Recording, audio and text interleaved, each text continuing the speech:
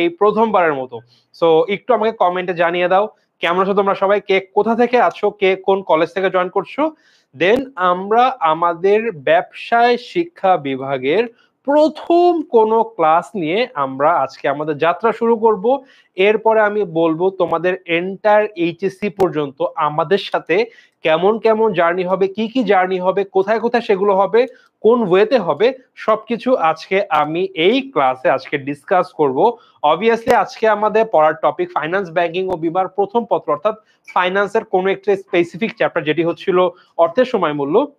But আজকে এই যে ক্লাসের টপিকের থেকেও আমাদের আরো বেশি ইম্পর্টেন্ট একটা কথাবার্তা আছে, ইম্পর্টেন্ট আলাদা একটা পার্ট আছে, সেটা হচ্ছিল আমাদের এইচএসসির প্রিপারেশন নিয়ে। আমাদের হাতে আর যদি আমি ধরি ডিসেম্বরের, আজকে হচ্ছিল ডিসেম্বরের 12 তারিখ, তো আমি যদি ধরে নেই আমার ডিসেম্বর শেষ ধরে নিচ্ছি, আমার নেক্সট ইয়ারে আমার 5 মাসের মতো আমি সময় পাবো ঈদের বন্ধ টন্ধ সবকিছু দিয়ে। সো এই 5 মাসে আমাদের এই মোমেন্টে কি করতে হবে, কিভাবে পড়লে আমরা আমাদের এইচএসসি পরীক্ষার সিলেবাস প্রপারলি কভার করে একটা ভালো পরীক্ষা দিয়ে একটা ভালো জিপিএ তুলে আনতে পারবো, সে সকল বিষয় আমি আজকে গাইডলাইন তোমাদেরকে দিব। ওকে, আমি একটু দেখি আমাদের সাথে জয়েন করেছে তানিয়া আফরোজ। আসসালামু আলাইকুম ভাইয়া। ওয়ালাইকুম আসসালাম। জয়েন করছে আমাদের সাথে বর্ণ আক্তার, আমাদের সাথে জয়েন করেছে রাফসিন, ওকে জয়েন করছে। আগে একটু আমাকে কমেন্টে জানিয়ে দাও কে কোথা থেকে আছো, একটু তোমরা জানান দাও যে ভাই আমরা আছি, তাহলে বুঝতে পারবো তোমাদের ক্লাসে তোমরা প্রপারলি আসো। একটু তোমরা সবাই কমেন্ট করে জানিয়ে দাও। ইউটিউবে আমাদের অনেকে জয়েন করছে, প্রিটিকাল নামে কোনো একটা অ্যাকাউন্ট জয়েন করেছে, ওকে। জামিল জয়েন করেছে নুহা জয়েন করেছে, সুরাইয়া জয়েন করেছে, মাহারিমা যশোর থেকে। আচ্ছা, ভালো কথা, আমি কাল পরশু থেকে যশোর যেতে পারি, একটু আগামী 3-4 দিন একটু গ্যাপ আছে, বন্ধ আছে, ইচ্ছা আছে। আমার দেশের বাড়িও খুলনার দিকে, তো ভাবছি একটু যশোর সাতক্ষীরা দিকে একটু ঘুরে আসবো। ঠান্ডা পড়েছে, কুয়াশা আছে, ওই সময় এরিয়াগুলো বেশ ভালোই লাগে।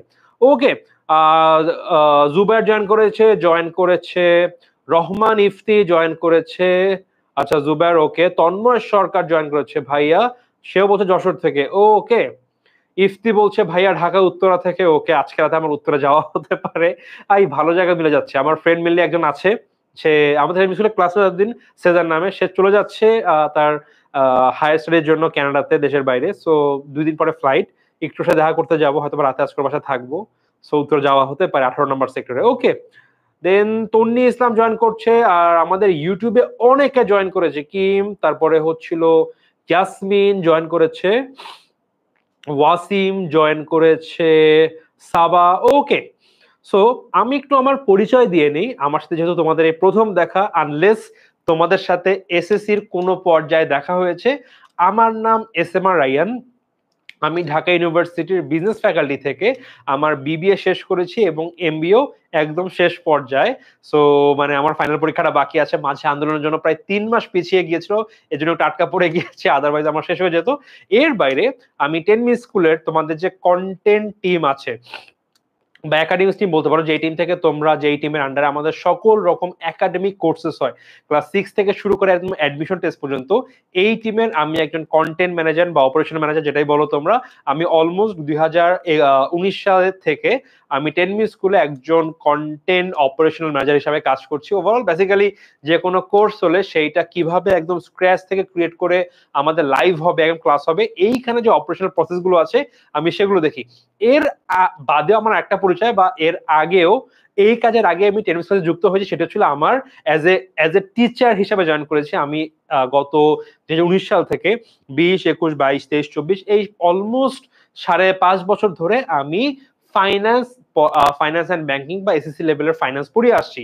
এবং এর বাইরেও, মানে অর্থাৎ আমি শুধুমাত্র যে এসএসসি লেভেল তা না বা এইচএসসি লেভেল তা না, আমি অ্যাডমিশন স্টুডেন্ট থেকে পড়িয়ে আসি। আমার অ্যাডমিশন থেকে হাতে খড়ি, দেন এইচএসসি, দেন এসএসসি লেভেল এসেছি। সো এই ছিল আমার ছোটখাটো ইন্ট্রোডাকশন। এইবার আমি আমার ইন্ট্রোডাকশন বাদ দিয়ে তোমাদের সম্পর্কে একটু দেখি, তোমরা কে কোথা থেকে জয়েন করছো, সো দ্যাট একটা প্রপার আইডিয়া পাই। And then I will start my class today. And ক্লাসের মধ্যে কি কি থাকবে, আমাদের এই টপিক বাদও আজকে আমাদের একটা মেজর অ্যানাউন্সমেন্ট থাকবে। তোমাদের হচ্ছিল প্রিপারেশন স্টাইল 2, আমাদের এন্ড থেকে তোমাদের এইচএসসি পরীক্ষায় হেল্প করার জন্য আমরা একটা কোর্স নিয়ে এসেছি, সেটা ছিল আমাদের এসএমপি বা শেষ মুহূর্তের প্রস্তুতি প্ল্যান। আমরা কিভাবে এই কোর্সটা করতে যাচ্ছি এবং শেষ পর্যন্ত তোমরা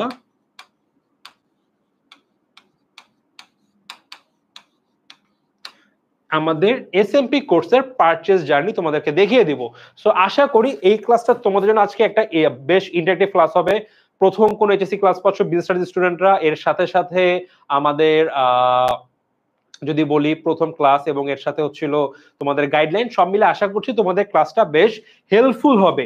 ওকে, তো তোমরা যদি একটু বলো ভাইয়া আমরা সবাই রেডি আছি, আমি ক্লাস শুরু করতে পারি কিনা, একটু আমাকে জানিয়ে দাও ভাইয়া আমরা রেডি আছি, তাহলে আমি আজকের ক্লাসটি শুরু করে দিব। প্রথমে আমি তোমাদের ওভারঅল যদি ক্লাসের আমি ওভারঅল ফ্লোটা বলি, ফার্স্ট অফ অল আমি ক্লাসের ইনিশিয়াল এই টপিক থেকে শুরু করব, অল্প একটু টপিকের আইডিয়া দেখাবো, then what we will do is আমরা দেন আমাদের এই পার্টগুলো চলে যাব, আমাদের এই 5 মাসে পড়ার স্টাইলটা কেমন হবে, কি করলে তোমরা এই শেষ সময় ভালো মতন প্রিপারেশন নিতে পারবা, এবং সেই ধারাবাহিকতায় কিভাবে তোমাদেরকে হেল্প করতে আমরা আমাদের এই এসএমপি কোর্স নিয়ে এসেছি এবং এটা তোমরা কিভাবে পারচেজ করবে, দেন এটা করে আমরা আমাদের আজকের টপিকের এই ক্লাসের বাকি টপিক দেখবো। বাট হ্যাঁ, এই ক্লাসটা আমরা কখনো একদিনে কভার করতে পারবো না, so what we will do is আমরা যতটুকু কভার করতে পারি ততটুকু কভার করবো, এবং তোমরা এই ক্লাসে এতটুকু ডেমনস্ট্রেশন পাবা যে আমাদের এসএমপি ক্লাসগুলো কেমন হবে, আমাদের এসএমপি তে আমরা কোন ওয়েতে পড়বো, কত বেসিক লেভেল থেকে শুরু করবো নাকি একদম অ্যাডভান্স লেভেল থেকে শুরু করবো, আমরা কি ক্লাসে শুধু টপিক পড়ে যাবো নাকি আমরা সিকিউ এমসিকিউ সবকিছু করবো, শুধু কি আমরা থিওরি পড়বো নাকি আমরা ম্যাথমেটিক্যাল ইস্যুগুলো সলভ করবো, এই সব কিছু আজকে আমরা এই ক্লাসে দেখে নিব। ওকে, সো আচ্ছা তন্ময় বলছে ভাইয়া আমার এই সাবজেক্ট নাই, সো ভাইয়া আই থিঙ্ক তোমার এটা না থাকলেও অ্যাকাউন্টিং ম্যানেজমেন্ট ম্যান্ডেটরিলি আছে, এর বাদে তোমার হয়তোবা কিন্তু মার্কেটিং থাকতে পারে, সো তুমি হয়তোবা ক্লাসের টপিক না দেখো কোনো অসুবিধা নেই, বাট তুমি একটু ওয়েট করো, আমাদের ওভারঅল এসএমপি বা আমাদের ওভারঅল প্রিপারেশন কেমন হবে লাস্ট কয়েক মাসে এই বিষয়গুলো তুমি আজকে দেখে নাও, সো দ্যাট তুমি ওভারঅল একটা গাইডলাইন পেয়ে যাও। সো যাদের যাদের ফাইন্যান্স ছিল না তারাও ক্লাসটা করতে পারো, টপিক পড়ার সময় থাকা লাগবে না, বাট যখন আমি বাকি টপিকগুলো দেখবো তখন তোমরা অবভিয়াসলি কিন্তু একটা আইডিয়া বা তোমাদের জন্য হেল্পফুল হবে। ওকে, সো আমি শুরু করছি, এর আগে তোমরা অবভিয়াসলি এই ক্লাসের লিঙ্কটা জাস্ট একটা মিনিট সময় তোমাদের বন্ধু বান্ধব বা বিভিন্ন যে ফেসবুক গ্রুপ আছে, তোমাদের মেসেঞ্জার গ্রুপ যেখানে তোমাদের ব্যাচের তোমাদের ফ্রেন্ডরা আছে ওদের কাছে শেয়ার করে দাও, সো দ্যাট তোমরা সবাই মিলে এই ক্লাসটি করতে পারো। আচ্ছা সুলতানা বলছে আল্লাহ হাফেজ ভুলে এই ক্লাসে চলে আসে, আচ্ছা হয়তো বা অন্য কোনো ক্লাসে আসতে যাচ্ছিলে। ওকে, বাই দ্য ওয়ে তোমাদের আজকে বলো তো একটু ওভারঅল ঠান্ডা কেমন বিভিন্ন এরিয়াতে, হঠাৎ করে ঢাকায় কিন্তু ঠান্ডা পড়েছে আজকে সকাল থেকে, আমি ডেইলি সকালে দৌড়াতে যাই, আজকে সকালে দেখলাম না আজকে দৌড়াতে যাওয়া যাবে না, অনেক ঠান্ডা পড়েছে। তোমাদের এমনি বিভিন্ন এরিয়াতে ঠান্ডা কেমন পড়ছে একটু বলো তো। হঠাৎ করে ঠান্ডা পড়াতে একটা সাডেন যে ওয়েদার চেঞ্জ বডিতে ইম্প্যাক্ট পড়ছে, আমার হালকা একটু গলা ভারী হয়ে এসেছে আজকে বিকালের পর থেকে, কেন যে আই ডোন্ট নো। তমেশ বলছে ভাইয়া আমি এসএমপি কোর্স কিনবো, কোনো অসুবিধা নেই ভাইয়া, তুমি কিনতে চাইলে তুমি যদি চাও ভাইয়া কিভাবে কি কিনতে হবে, তুমি ছোট একটা কাজ করো, আমাকে ইনবক্সে তোমরা যারা কোর্সটা কিনবা আমাকে একটা ইনবক্সে নক দাও, ভাইয়া আমি এই কোর্সটা কিনতে চাই, আমি তোমাদের ইজি পারচেজ জার্নি দেখিয়ে দিব, তোমরা ইজিলি কিনে ফেলতে পারবে, বা বাকি যেরকম হেল্প লাগে আমি সেটিও করে দিব। তোমরা যারা এই কোর্সটি কিনতে চাও অবভিয়াসলি আমাকে ইনবক্সে একটা নক করা, হয়তো বা সামান্য প্রোমো কোড দিতে পারবো, এন্ড এর সাথে তোমাদের আমি পারচেজ জার্নিও দেখিয়ে দিব কিভাবে কোর্সটি কিনতে হবে। ওকে, অনেক অনেক ঠান্ডা ভাই, ভেরি কোল্ড। আচ্ছা আমার প্ল্যান একটু বলি, কালকে আমি জাজিরা যাব, অর্থাৎ পদ্মার ওপারে ওই জাজিরা বেস ক্যাম্প বা চার্মিদের আমার ভাই আছে তার বেসে যাব একটু। সো ওই এরিয়াতে যারা আছো অর্থাৎ গোপালগঞ্জ বা ওই সাইডটা একটু বলো তো কেমন ঠান্ডা আছে, দেন একটু যশোর বা সাতক্ষীরার মানুষ থাকলে একটু বড় ঠান্ডা কেমন, কজ একটু দক্ষিণবঙ্গের দিকে যাব, তো ঠান্ডা কেমন সেই ওয়াইজ ছিল আমার কাপড় নিতে হবে, যদি গরম থাকে তাহলে তো শুধু শুধু ভারী কাপড় নিয়ে লাভ নেই। ওকে,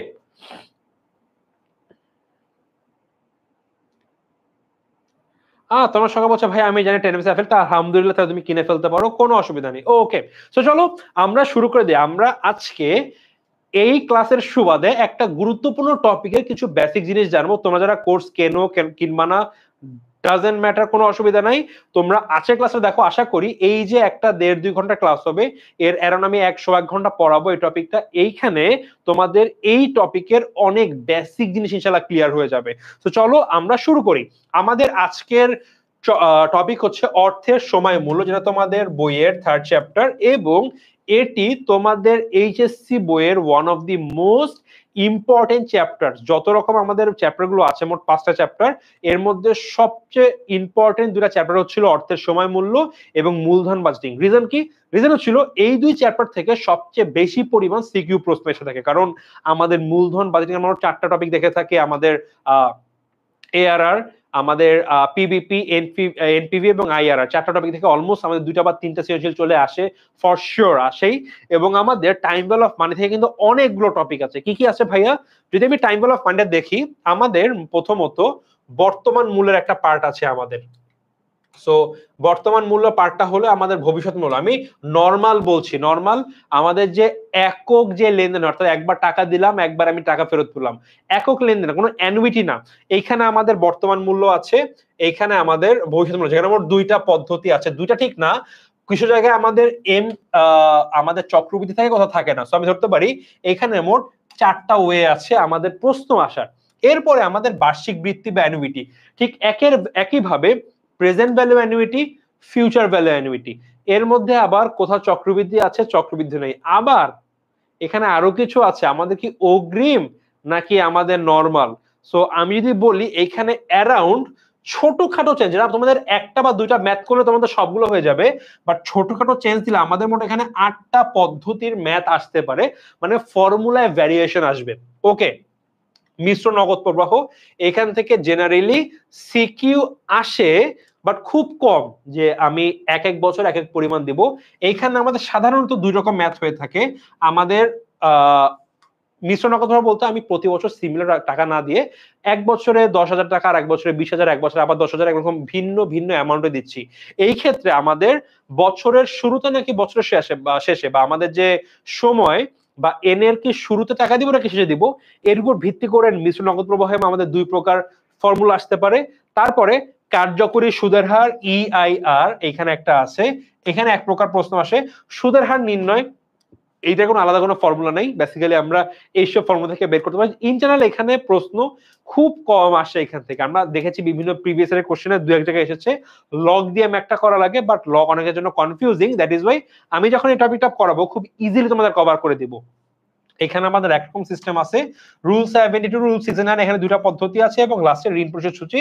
এইখানে বেসিক্যালি আমাদের বার্ষিক বৃত্তির একটা ফর্মুলা দিয়ে আমি কাজটা করে ফেলতে পারি। সো এখানে আমরা একটা চার্ট করতে, আমি ধরে নিচ্ছি এখানে আমাদের একটা ওয়ে আছে। সো 8 আর 4 12 আর 2 14 15 16 17 18, টোটাল আমাদের 19টা রকমের আমাদের কম বেশি সিস্টেমে ম্যাথ করলে দেখা যাবে আমাদের entire time value of money মিলে যাবে, মানে শেষ হয়ে যাবে। এখন ভাই 19টা করব? অবভিয়াসলি না, বোকা নাকি? এইখানে আমরা যখন প্রেজেন্ট ভ্যালু করব, দেখো যখন আমি একটা প্রেজেন্ট ভ্যালুর ফর্মুলা কি, প্রেজেন্ট ভ্যালুর ফর্মুলা হচ্ছে ভাই present value equal to future value into 1 plus I whole to the power N. অনেকে আই এর জায়গায় কে ইউজ করে, এইটা এখানে একটা আছে। আবার present value equal to future value যখন চক্রবৃদ্ধি থাকবে 1 plus I by M whole to the power M N. আমি কি 2বার মুখস্থ করব? নিশ্চয় না ভাই। আমার এই একটা ফর্মুলা হলে আমার এইটাও হয়ে গেছে। সো এইটার বর্তমান মূল্য 4টার জায়গায় আমি, মানে 4টা বলতে বর্তমানে 2টা ছিল, আমার চক্রবৃদ্ধি থাকবে কি থাকবে তার উপর ডিপেন্ড করে 2টা ভাগে আমি কিন্তু 1 ভাগ দিয়ে শেষ করে ফেলতে পারবো, গেল। ঠিক একইভাবে ফিউচার ভ্যালু যদি দেই, আমার ফিউচার ভ্যালু করা লাগবে না, আমি জানি এই ফর্মুলা থেকে আমি ফিউচার ভ্যালু বের করতে পারবো। কিভাবে বের করব ভাই? যদি দেখি আমার এই ম্যাথটা থেকে যদি আমাকে ফিউচার ভ্যালু বের করতে বলে, কিভাবে বের করব ভাই বলো তো? যদি আমাকে বলে আমার প্রেজেন্ট ভ্যালু আছে, ফিউচার ভ্যালু বের করো, কি করব? আমি ফিউচার ভ্যালুকে এক সাইডে রেখে আমি এই সাইডে প্রেজেন্ট ভ্যালুর সাথে 1 plus I whole to the power N যোগ করে ফেলবো। So basically future value, just এটাকে এই পাশে নিয়ে আসি, present value into 1 plus I whole to the power N. So আমার ফিউচার ভ্যালু হয়ে গেল। এটা একটা ফর্মুলা। আবার future value equal to present value into 1 plus যখন চক্রবৃদ্ধি থাকবে I by M whole to the power M N. So আমরা এইভাবে করে এন্টায়ার একটা ফর্মুলা দিয়ে 4টা কভার করে ফেলতে পারবো, শিখিয়ে দিব। আমাদের বার্ষিক বৃত্তি annuity, present value annuity, future value annuity, 2টা ফর্মুলা আমরা মুখস্থ করব। 2টা দিয়ে without any practicing at home ক্লাসের মধ্যে আমাদের 8টা 9 হয়ে যাবে। মিশ্র নগদ প্রবাহ এটা সামান্য একটু ট্রিক বুঝিয়ে দিব, তোমাদের কভার হয়ে যাবে। কার্যকরী সুদহার ছোট্ট ফর্মুলা, সুদহার নির্ণয়, আমাদের সুদহার নির্ণয় আলাদা কোনো ফর্মুলা লাগে না, এখান দিয়ে আমাদের হয়ে যায়। রুল 7269 খুবই ইজি, ঘুমাইলেও পারা যায়। ঋণ পরিশোধ সূচি আলাদা কোনো ফর্মুলা নাই। সো বেসিক্যালি তুমি এন্টায়ার চ্যাপ্টারটা তোমাকে সব মিলে আমি ঘুরে ফিরে 4 থেকে 5টা ফর্মুলা দেখাবো, এইটা দিয়ে তুমি এন্টায়ার চ্যাপ্টারটা মানে নিমিষে কভার করে ফেলতে পারবা। So very easy. Okay, so এই ছিল আমাদের এই চ্যাপ্টারে। আমি জাস্ট একটু আমাদের এই টপিকগুলা এর জন্য লেখা না, আমাদের চ্যাপ্টারে কি আছে, এই যে ক্লাসটা করব আমি কোন টপিকে কয়টা সিকিউ কয়টা এমসিকিউ কভার করব এটা এখানে দেওয়া আছে। আমি প্রথমে একটা একটা করে শুরু করব। অবভিয়াসলি এটাকে বেসিক থাকবে, বেসিক থেকে এমসিকিউ থাকবে, বাট এরকম টপিক যখন ধরে ধরে আগাবো এরকম কতগুলা স্পেসিফিক সিকিউ, স্পেসিফিক এই টপিক্যালটা এমসিকিউ আমি প্র্যাকটিস করবো, and at the same time আমরা অনেকগুলো ম্যাথ প্র্যাকটিস করবো। যখন এসএমপি ক্লাস হবে, এই ক্লাসটা তোমাদের এখন হবে 2 ঘন্টায়, তাই না? আজকের আমাদের লাইভ ক্লাস আমরা 2 ঘন্টা কভার করে ফেলবো, বাট আমাদের এসএমপি তে এই চ্যাপ্টার ক্লাসটা মোট 3-6 ঘন্টা কভার করা হবে, আদারওয়াইজ তোমাদেরকে প্রপারলি আমি বুঝাতে পারবো না। সো আজকে দেখা যাবে আমি ম্যাক্সিমাম এখানে এসে হয়তো বা অ্যানুইটিও টাচ করা টাফ হয়ে যাবে, আমি বেসিক ধরে এই টপিকটা ম্যাক্সিমাম ধরতে পারবো, ধরে তোমাদের অনেক কিছু দেখিয়ে দিব। আশা করি তোমরা এই ক্লাস থেকে অনেক কিছু আইডিয়া পেয়ে যাবা। সো আমরা আর শুরু না মানে দেরি না করে আমরা একদম টপিকের ভিতরে চলে যাই। সো অনেকেই আসছো। আচ্ছা রাফি বলছো ভাই আমি হেরে গেছি বাস্তবতার মাঝে, কোথায় হেরে গেছো বলো তো ভাইয়া? মানুষের সবাই তো বাস্তবতার সাথে যুদ্ধ করছি, আমরা সবাই হেরে আছি, কিন্তু বিষয়টা এরকম না আমরা কেউই কোনো বিষয় নিয়ে হেরে গেছি। আমরা যখন যে সিচুয়েশনে দাঁড়ায় থাকি ওইখান থেকে মনে হয় ভাই কিছু পারলাম না। আমি আমার একটা এক্সাম্পল বলি।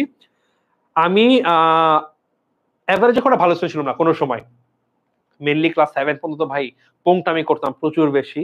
সো লেখাপড়া করতাম না। 8 থেকে মোটামুটি সিরিয়াসনেস আসা শুরু করে। আমাদের 8 এ আমাদের জেএসসি পরীক্ষা। সো আমি যে স্কুলে ছিলাম এন্ড আমার স্কুলের রেজাল্ট বেশ ভালো ছিল, সবাই বলতো ভাই 10 জন পাইলে এর মধ্যে রায়ান এ প্লাস পাবে। ওকে, পরীক্ষা দিলাম, জেএসসি তে এ প্লাস মিস। আমি বাংলায় প্রচুর দুর্বল ছিলাম, বাংলায় মিস হয়েছিল, দেন থিওরিটিক্যাল টপিকগুলো মিস হয়েছে, আমার এ প্লাস হয়নি। সো তখন মনে ছিল আমার বন্ধু বান্ধব সবাই পেলো, আমি পেলাম না, বাবা মায়ের মুখ খারাপ, মানে একটু মন খারাপ হলো। দুঃখ পাইনি, বাট অবভিয়াসলি এ প্লাস পেলে ভালো লাগতো, পাইনি। সো স্টুডেন্টের লেভেল থেকে বাস্তবতায় হেরে গিয়েছি, সবাই পেয়েছে আমি পাইনি। এসএসসি তে উঠে পাগলের মতো পড়লাম। পরীক্ষায় আমার স্কুল থেকে I was the only person যে বিজনেস স্টাডিজ থেকে আমাদের এ প্লাস পাই, জিপিএ 5 পাই। ওকে ভাই, আই এম দ্য হিরো। আমার স্কুল থেকে একমাত্র পেলাম, আমাদের সাংবাদিক এসেছিল, আমার সাক্ষাৎকার নিয়েছে, বেশ ভালো, টিভিতে দেখেছে, বাবা মা খুব খুশি। এইচএসসি তে উঠলাম, আমি ছিলাম ঢাকা সিটি কলেজে। আমার ঢাকা সিটি কলেজে আমাদের তোমরা জানো তোমাদের প্রথম সেমিস্টার পরীক্ষা হয়, দেন একটা কোড দিয়ে দেয়, কোড 1 2 3 4 যারা ঢাকা সিটি কলেজে আছো। পরীক্ষা দিলাম, আমার কোড আমার 2 হলো, আমার বেস্ট ফ্রেন্ড কোড 1 হলো, একদম পাশাপাশি নাম্বার, কোনো অসুবিধা নেই। পরীক্ষা দিলাম ঢাকা সিটি কলেজে। যারা প্রথম সাময়িক পরীক্ষা খুব ভালো করতো আমাদের সময়, ওদেরকে টাকা দিত। আমি প্রথম সাময়িক পরীক্ষায় আমাকে একটা 9600 টাকা চেক দিল। আমি আমার এইচএসসি লেভেলে শুধুমাত্র একটা পরীক্ষা এ প্লাস মিস করি, and that was the HSC exam. Miss করেছিলাম, মনে হচ্ছে বাস্তবতাকে হেরে গিয়েছি, হয় নাই। কারণ এরপরে পরীক্ষা দিয়ে আমি ঢাকা ইউনিভার্সিটি চান্স পাই, দেন আর কখনো পিছিয়ে ফিরে তাকাতে হয় নাই। আমি এফবিএস এ যাই, সেখান থেকে আমি 10 স্কুলে আমি জব শুরু করি ফার্স্ট ইয়ার থেকে। ইনকাম সোর্স হয়, অনেকে টিউশনে করতো, আলহামদুলিল্লাহ আমি টিউশনে মাত্র 2 মাস করানো লেগেছিল ইনকামের জন্য। Then I got into a corporate, আমি কাজ করছি। দেন আমি আমার বিবিএ ফাইনালের আগেই, আমি অলমোস্ট আমার ফাইনাল পরীক্ষা দেওয়ার 5-6 মাস আগে আমি একটা জব সিকিউর করে ফেলি। তখন আমাকে যে স্যালারিটা তারা অফার করে, এখন এমবিএ শেষ করে অনেকে ভালো এমএসসি তেও সেই স্যালারিটা তাকে দেওয়া হয় না। সো আমি আমাকে ডেভেলপ করে করে এখানে এসেছি। এখন এখানে এসে আমি যখন আমার সিনিয়রদের সাথে আমাকে কম্পেয়ার করি, মনে হয় ভাই আমি কিছু করছি না, আমি অনেক খারাপ, বাস্তবতার সাথে আমি অনেক পিছিয়ে আছি। সো আমরা যখন যে সিচুয়েশনে থাকি তখন থেকে আমরা খুব পিছিয়ে আছি, বাস্তবতার সাথে আমরা পিছিয়ে আছি, বাট সেরকম অনেক সিচুয়েশন আমরা অনেক খারাপ করি, আমরা আগাতে পারি না, কিছু হয় না এটাতে, আমরা টাইম মতো সব ঠিক করে ফেলবো। ওকে, অন্য কথা অ্যাপার্ট। আচ্ছা আচ্ছা, উম্মে নূর বলছে আপনার ফাইন্যান্স ক্লাস আমার অনেক ভালো লাগে, আপনি ইজিলি বুঝান আমাদেরকে, thank you sir, thank you so much for the compliment আপু। বাট তুমি আমার ফাইন্যান্স ক্লাসটা কোথায় করলে? আমার যতদূর মনে পড়ে আমার এসএসসি তে আমি হয়তো বা ফাইনাল ডিভিশন লাইভ ক্লাসে নিয়েছিলাম তোমাদের সময়, এন্ড এর বাদে কিন্তু আর তেমন কোনো ক্লাসে হয়তো বা তোমাদের সাথে যোগাযোগ হয়নি। যদিও আমাদের টেন স্কুলের ইউটিউব চ্যানেলে আমাদের ফ্রি কিছু ক্লাস আছে এসএসসি, তখন তোমরা দেখতে পারো। বাট একটু জানিও তো তুমি আমার ক্লাসটা কিভাবে বা কই থেকে করলে। ওকে, আচ্ছা গেল। সো আমরা এইবার আমাদের টপিকে চলে যাই। আমাদের আজকে টপিক ছিল অর্থের সময় মূল্য। সো আমরা অনেকে পড়ে এসেছি যারা পারো না, হয়তোবা অনেকেই ভয় পাও যে ভাই ফর্মুলা অনেক বেশি মাথায় থাকে না। আমি ড্যাম শিওর দিয়ে বলতে পারি, by the way for your kind information, আমার ছোট ভাই রাফসান, সেও তোমাদের সাথে এইচএসসি 25 ব্যাচ লেখাপড়া করছে, বিজনেস স্টাডিজে আছে। ওকেও আমি এই ওয়েতে এই টপিকগুলো দেখাই। সো আশা করছি ওকে যেভাবে আমি দেখায় পড়িয়ে দেই, তোমাদেরকে ঠিক একইভাবে দেখাবো, পড়াবো, এন্ড তোমাদের হোপফুলি তোমাদের ক্লাসের কোনো রকম কোনো ভেদাভেদ করবো না। সো ওকে যে ওয়েতে পড়াই, আমি যেভাবে নিজে পড়েছিলাম, নিচে আমার ছোট ভাইকে সেম ভাবে পড়াই এন্ড পড়াবো, এন্ড ওই স্টাইলটা আমি তোমাদেরকে দেখাবো। এন্ড আমি এই যে চ্যাপ্টার যখন পড়াচ্ছি, আমি ড্যাম শিওর এসএমপির 2টা ক্লাস করলে তোমাদের এই চ্যাপ্টার থেকে কোনো রকম কোনো ম্যাথ ভুল হবে না। অনেকে ভয় পাও ভাইয়া করতেছিলাম প্রেজেন্ট ভ্যালু অ্যানুইটি থেকে কনফিউজ হয়ে যায়। আমাদের যখন প্রশ্ন আসে ব্যাংকের ঋণ নিছে কিস্তি, কোনটা প্রেজেন্ট ভ্যালু অ্যানুইটি হবে, কোনটা ফিউচার ভ্যালু অ্যানুইটি, ভাই বুঝতে পারি না ভাই, কোনটা অ্যানুইটি ডিউ হবে, কোনটা মানে অ্যানুইটি ডিউ হবে না বা নরমাল অ্যানুইটি হবে, বুঝতে পারি না।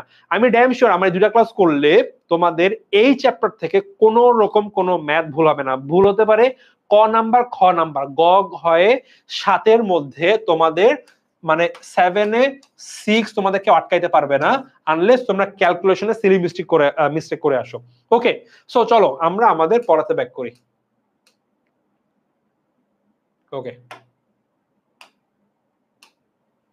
আচ্ছা দেখো, সো অর্থের সময় মূল্য কি? অর্থের সময় মূল্য হচ্ছে সময় পরিবর্তনের সাথে সাথে অর্থের মূল্যের যে পরিবর্তন ঘটে তাকে, অর্থাৎ বেড়ে যায় বা কমে, তাকেই বলা হয় অর্থের সময় মূল্য। অর্থাৎ ভাই অর্থের একটা মূল্য আছে যেটা সময়ের সাথে সাথে বদলায়। ভাই কেমনে বদলায়? গুড কোশ্চেন হতে পারে একটা। আচ্ছা, কেন হয়? সময় এবং সুদের হার, টাইম এন্ড ইন্টারেস্ট রেটের যে পার্থক্য, এটার জন্য বর্তমান এবং ভবিষ্যৎ মূল্যের মধ্যে একটা পার্থক্য সৃষ্টি হয়। ওকে, সো কিভাবে এই পার্থক্যটা হয়? দেখো, তোমার কাছে 25টা টাকা আছে। 25 টাকা কিভাবে আছে ভাই? আমার কাছে একটা 20 টাকার নোট আছে, আর একটা আছে হচ্ছিল 5 টাকার নোট, টোটাল 25 টাকা আছে। ওকে, তুমি, আমি উইক বাদ দিই, আমি ধরে নিচ্ছি 2020, 2024, 2028। ওকে, সো আমি ধরে নিতেছি এটা মানে ইয়ার একটা জাস্ট র্যান্ডম, ধরে না 1990, 2000 সাল, 2010 সাল, what ever it is.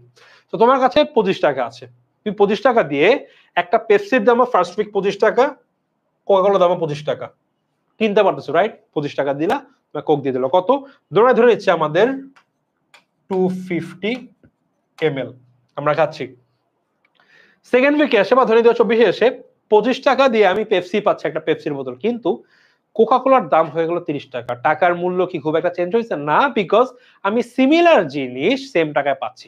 But আরো পরে এসে পেপসির দামও 30 টাকা, কোকের দামও 30 টাকা।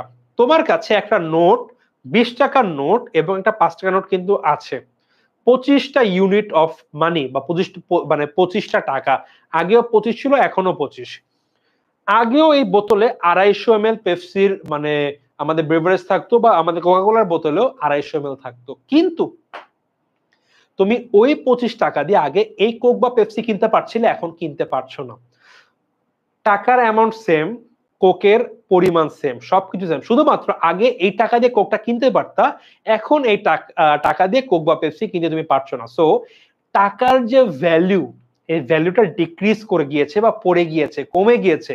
সো এইটা কি হচ্ছে? সময়ের সাথে সাথে টাকার ভ্যালু কমে গিয়েছে। আমরা পড়ি না আগে আমাদের বাবা মা, আমি বাবার কাছে শুনতেছিলাম যে ভাই সে 30 টাকা দিয়ে বড় ইলিশ মাছ কিনেছে 1990, 2000 সালের আগে 30-40 টাকা দিয়ে বড় ইলিশ মাছ, কিন্তু 100-120 টাকা দিয়ে বিশাল ইলিশ মাছ। এখন 1 কেজি ইলিশ মাছের দাম হয়তো 1000 টাকা ছাড়াই যায়, তাই না? চালের দাম কত কম ছিল? সেম না। এখন রিজনটা কি? রিজন হচ্ছিল আমাদের ইনফ্লেশন, টাকার মূল্য কমে, টাকার ভ্যালু কমে যাওয়া। কারণ কি? সময়ের সাথে সাথে কিন্তু আমার ইন্টারেস্ট রেটের একটা ইম্প্যাক্ট আছে। কিভাবে ইম্প্যাক্ট আছে ভাই? তুমি এই 25 টাকা ধরে নাও 10% ইন্টারেস্টে তুমি ব্যাংকে রেখে দিলা, কত টাকা হবে? 10% এক বছরে 2.5 টাকা প্লাস 25 টাকা হয়ে যাবে 27.5 টাকা।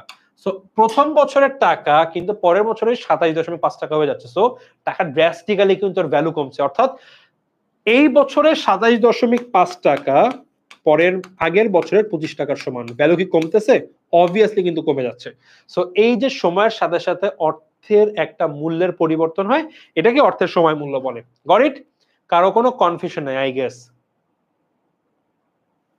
আচ্ছা, এরপরে অর্থের সময় ধারণা আমি একটু দেখেছি, আবার দেখি কি দেখো, অর্থের নিজস্ব কোনো মূল্য নাই। ওই যে 20 আর 5 টাকা নোট কোনো কিন্তু ভ্যালু নাই। যদি মনে করো আজকে সরকার বলল আমাদের যে এক্সিস্টিং নোটগুলো আছে এই নোটের কোনো মানে চলবে না, তুমি কিছু কিনতে পারবা? ঠিকই কিন্তু 25 টাকার নোট, বাট কিছু কিনতে পারবা না। সো এই টাকার নিজস্ব কোনো মূল্য নাই। ক্রয় ক্ষমতা অর্থের এই ক্রয় ক্ষমতা দ্বারা এর মূল্য নির্ধারণ করা হয়। 25 টাকা তুমি কি কিনতে পারবা? তোমার কাছে 100 টাকা নোট আছে, কি কিনতে পারবা? যেটা কিনতে পারবা ওই নোটের ভ্যালু ততটুকুই। আচ্ছা, এটা সবসময় ক্রয় ক্ষমতা অর্থাৎ ক্রয় ক্ষমতা সবসময় পরিবর্তনশীল। কিভাবে পরিবর্তন আমি একটু আগে দেখালাম কিন্তু। মুদ্রাস্ফীতি বা মূল্যস্ফীতি, অর্থাৎ একটু আগে বললাম মুদ্রাস্ফীতি কি? পণ্যের দাম বেড়ে যাওয়া। সময়, সুদের হার, চাহিদা ও যোগান অর্থের ক্রয় ক্ষমতাকে প্রভাবিত করে। কোন কোন জিনিস অর্থের ক্রয় ক্ষমতাকে প্রভাবিত করে? মুদ্রাস্ফীতি, সময়, সুদের হার, চাহিদা ও যোগান এই অর্থের আমাদের যে ক্রয় ক্ষমতা সেটাকে কিন্তু চেঞ্জ করে দেয়। মুদ্রাস্ফীতি বলতে বাজারে সকল পণ্যের দাম বৃদ্ধি পাওয়াকে বোঝায়। আচ্ছা, মানে কি? সময় পরিবর্তন সাথে সাথে অর্থের মূল্যের পরিবর্তনকে অর্থের সময় মূল্য বলে, এবং এইটা মুদ্রাস্ফীতি বৃদ্ধি পেলে অর্থের ক্রয় ক্ষমতা কমে যায়, অর্থাৎ অর্থের মূল্য কমে যায়। গেল। এখন তোমাকে প্রশ্ন করলাম যে ভাই তুমি বা তোমার কাছে বর্তমান মূল্য নাকি ভবিষ্যৎ মূল্যের মধ্যে কোনটি বেশি পছন্দ? বললাম ভাই তোমাকে আমি আজকে 5,000 টাকা দিব, আজকে নিতে পারো অথবা নেক্সট ইয়ারে গিয়ে নিতে পারো। তোমরা সবাই কমেন্টে বলো তো তোমরা এই টাকাটা কি আজকে নিবা নাকি পরবর্তী বছর 2025 সালের ডিসেম্বর মাসের 12 তারিখে টাকা নিবা? একটু কমেন্টে বলো তো ভাই কে কখন টাকাগুলো নিবা।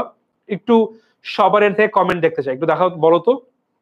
আমি তোমাদেরকে বললাম আমি তোমাদেরকে 5,000 করে টাকা দিব, কবে নিবা? আজকে নাকি 1 বছর পরে? কি বলবা তোমরা? দ্রুত কমেন্ট করে জানাও তো একটু আমাকে।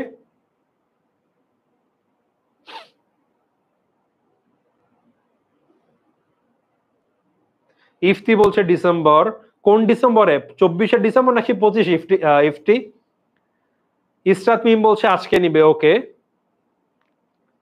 তারেক বলছে বর্তমানে নিবে, আজকে নিবে, ওকে। সো বেসিক্যালি তোমরা আজকে নিবা। আমায় কেউ দিলে আমি বলতাম ভাই আমাকে আজকে দিয়ে দাও। হ্যাঁ, ইফতি বলছে 25 ডিসেম্বর। কেন 25 ডিসেম্বর কেন নিবা?